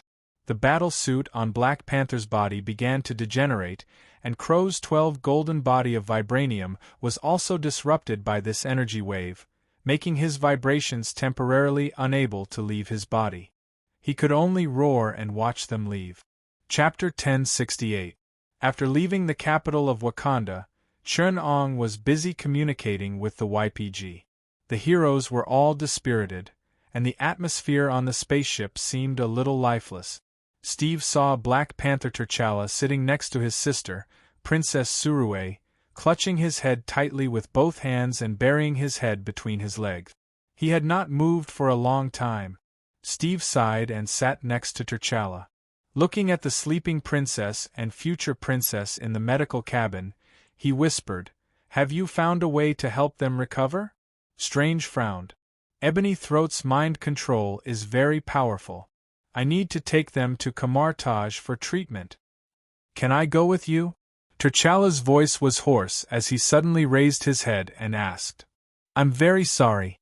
Steve saw Black Panther's bloodshot eyes and said guiltily. T'Challa shook his head. "You did nothing wrong, Captain. I was too incompetent. I couldn't protect my family and country. The cause of everything was because I was too weak. Thank you all for your selfless help. Without you, I wouldn't have been able to save Surue and Najia." Chen Ong set the autopilot and returned to the cabin.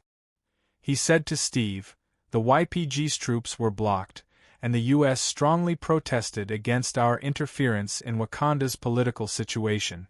The greedy capitalists are ready to make a move. Your old boss, Nick Fury, is the instigator.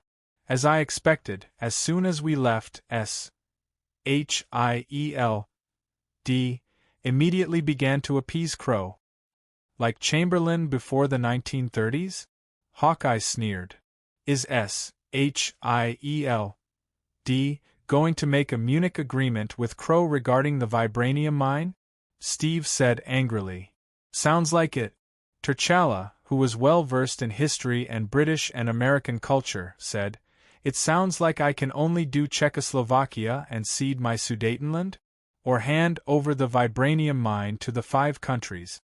So the YPG can't interfere in the situation in Wakanda when the U.S. strongly protests. Chen Ong concluded. Even if Crow colluded with aliens? Steve roared. As soon as we left, the one-eyed man who saw everything immediately hooked up with Crow. He had shamelessly reached a compromise with Crow, who had invaded Wakanda. Now, Crow had probably gotten the friendly agreement he wanted, which was to expel Ebony Throat from the country. Very soon, we will be able to see the news in America about the dictator of Wakanda, T'Challa, being exiled by a domestic revolution. Chen Ong said sharply. Impossible. Steve did not believe it at all. The American people will not support the mercenaries and bandits who invade Wakanda. But the capitalists will. Chen Ong said, I got the news from the Revolutionary Alliance. Crow announced the value of vibranium and Wakanda's technology. You don't know that it shocked the entire industry. Stark Industries bought Wakanda's newly issued vibranium futures, and Crow sold Wakanda's interests that did not belong to him to the world. You should have seen yesterday's big economic news, Wakanda's vibranium futures. That was really a frenzy of carving up. Imagine Wakanda is in the hands of their king, the country is closed, and Wakanda is in the hands of Crow, the benefits are shared equally. Those financial groups and capitals, who will they support? Chen Ong asked sharply. Steve was speechless. He bowed his head and said dispiritedly, What have those people turned our country into? T'Challa had been a king for a few days and was well aware of this interest relationship. He said calmly, Now Wakanda can no longer be closed. Whether we want to or not, we have been involved in the tide of the world crisis. In this case, the tradition of Wakanda is no longer an obstacle to me. I am willing to build a more open Wakanda. Will this bring me more friends? If it was before Crow usurped power, this would bring you a lot of friends, Chen Ong said. But at this time, they have become Crow's friends, because he is more generous, and he holds all the cards in Wakanda. Now you have nothing but the identity of a king. The rivers, mines, and border tribes have all chosen to support Jadaka because he defeated you in the battle for the throne. The loyalty of the tribes is far more fragile than you think. They know the importance of survival. Chen Ong glanced at the information in his hands and said, Of course, there are people who want to contact you, but they are all the losers and discontented people from the previous round of carving up. They need your promise to sell out Wakanda for more benefits in exchange for their support. Tell them, T'Challa said angrily. Don't even think about it. Chen Ong spread his hands and said, This way, Crow will have a few more friends. Steve said solemnly, If I didn't hear wrong before, that meteorite came from one of the 4 horsemen of the apocalypse. If you want to use this as a reason to convince those who are crazy about vibranium, then I can only say that you are too naive. Vibranium is not a secret in the industrial world. Its value far exceeds that of gold, and it can be said to be the concentrated embodiment of technology and wealth. In the past, when a little bit of Wakanda was leaked, its charm made those hyenas crazy. Now, the vibranium deposits are like mountains of gold, and those industrial groups and financial groups have been bewitched. They have repeatedly studied the vibranium they have bought, and some have even named the next era the vibranium era. They firmly believe that since the inferior black Africans can rely on it to create a miracle country, then the much smarter, superior whites can do even better. This is not something that can be quelled by your empty talk about the apocalypse. Black Panther said in a trembling voice, "My compatriots are not inferior people. I believe this, but you have to make those racists believe it." Chun Ong said, "They are not a minority in the scientific and industrial world. You have achieved brilliant scientific and technological achievements, but not only have you not won respect, but it has made those racists even more greedy. They have even declared that black people do not deserve to have vibranium." T'Challa clenched his fist. The pain of the subjugation of his country and the humiliation that the black people were forced to accept made his tears flow uncontrollably. Chenong sighed and changed the topic. But this is not the worst news. Steve, Hawkeye, Sam, and Strange had already gathered around Sorcerer Wong and the others.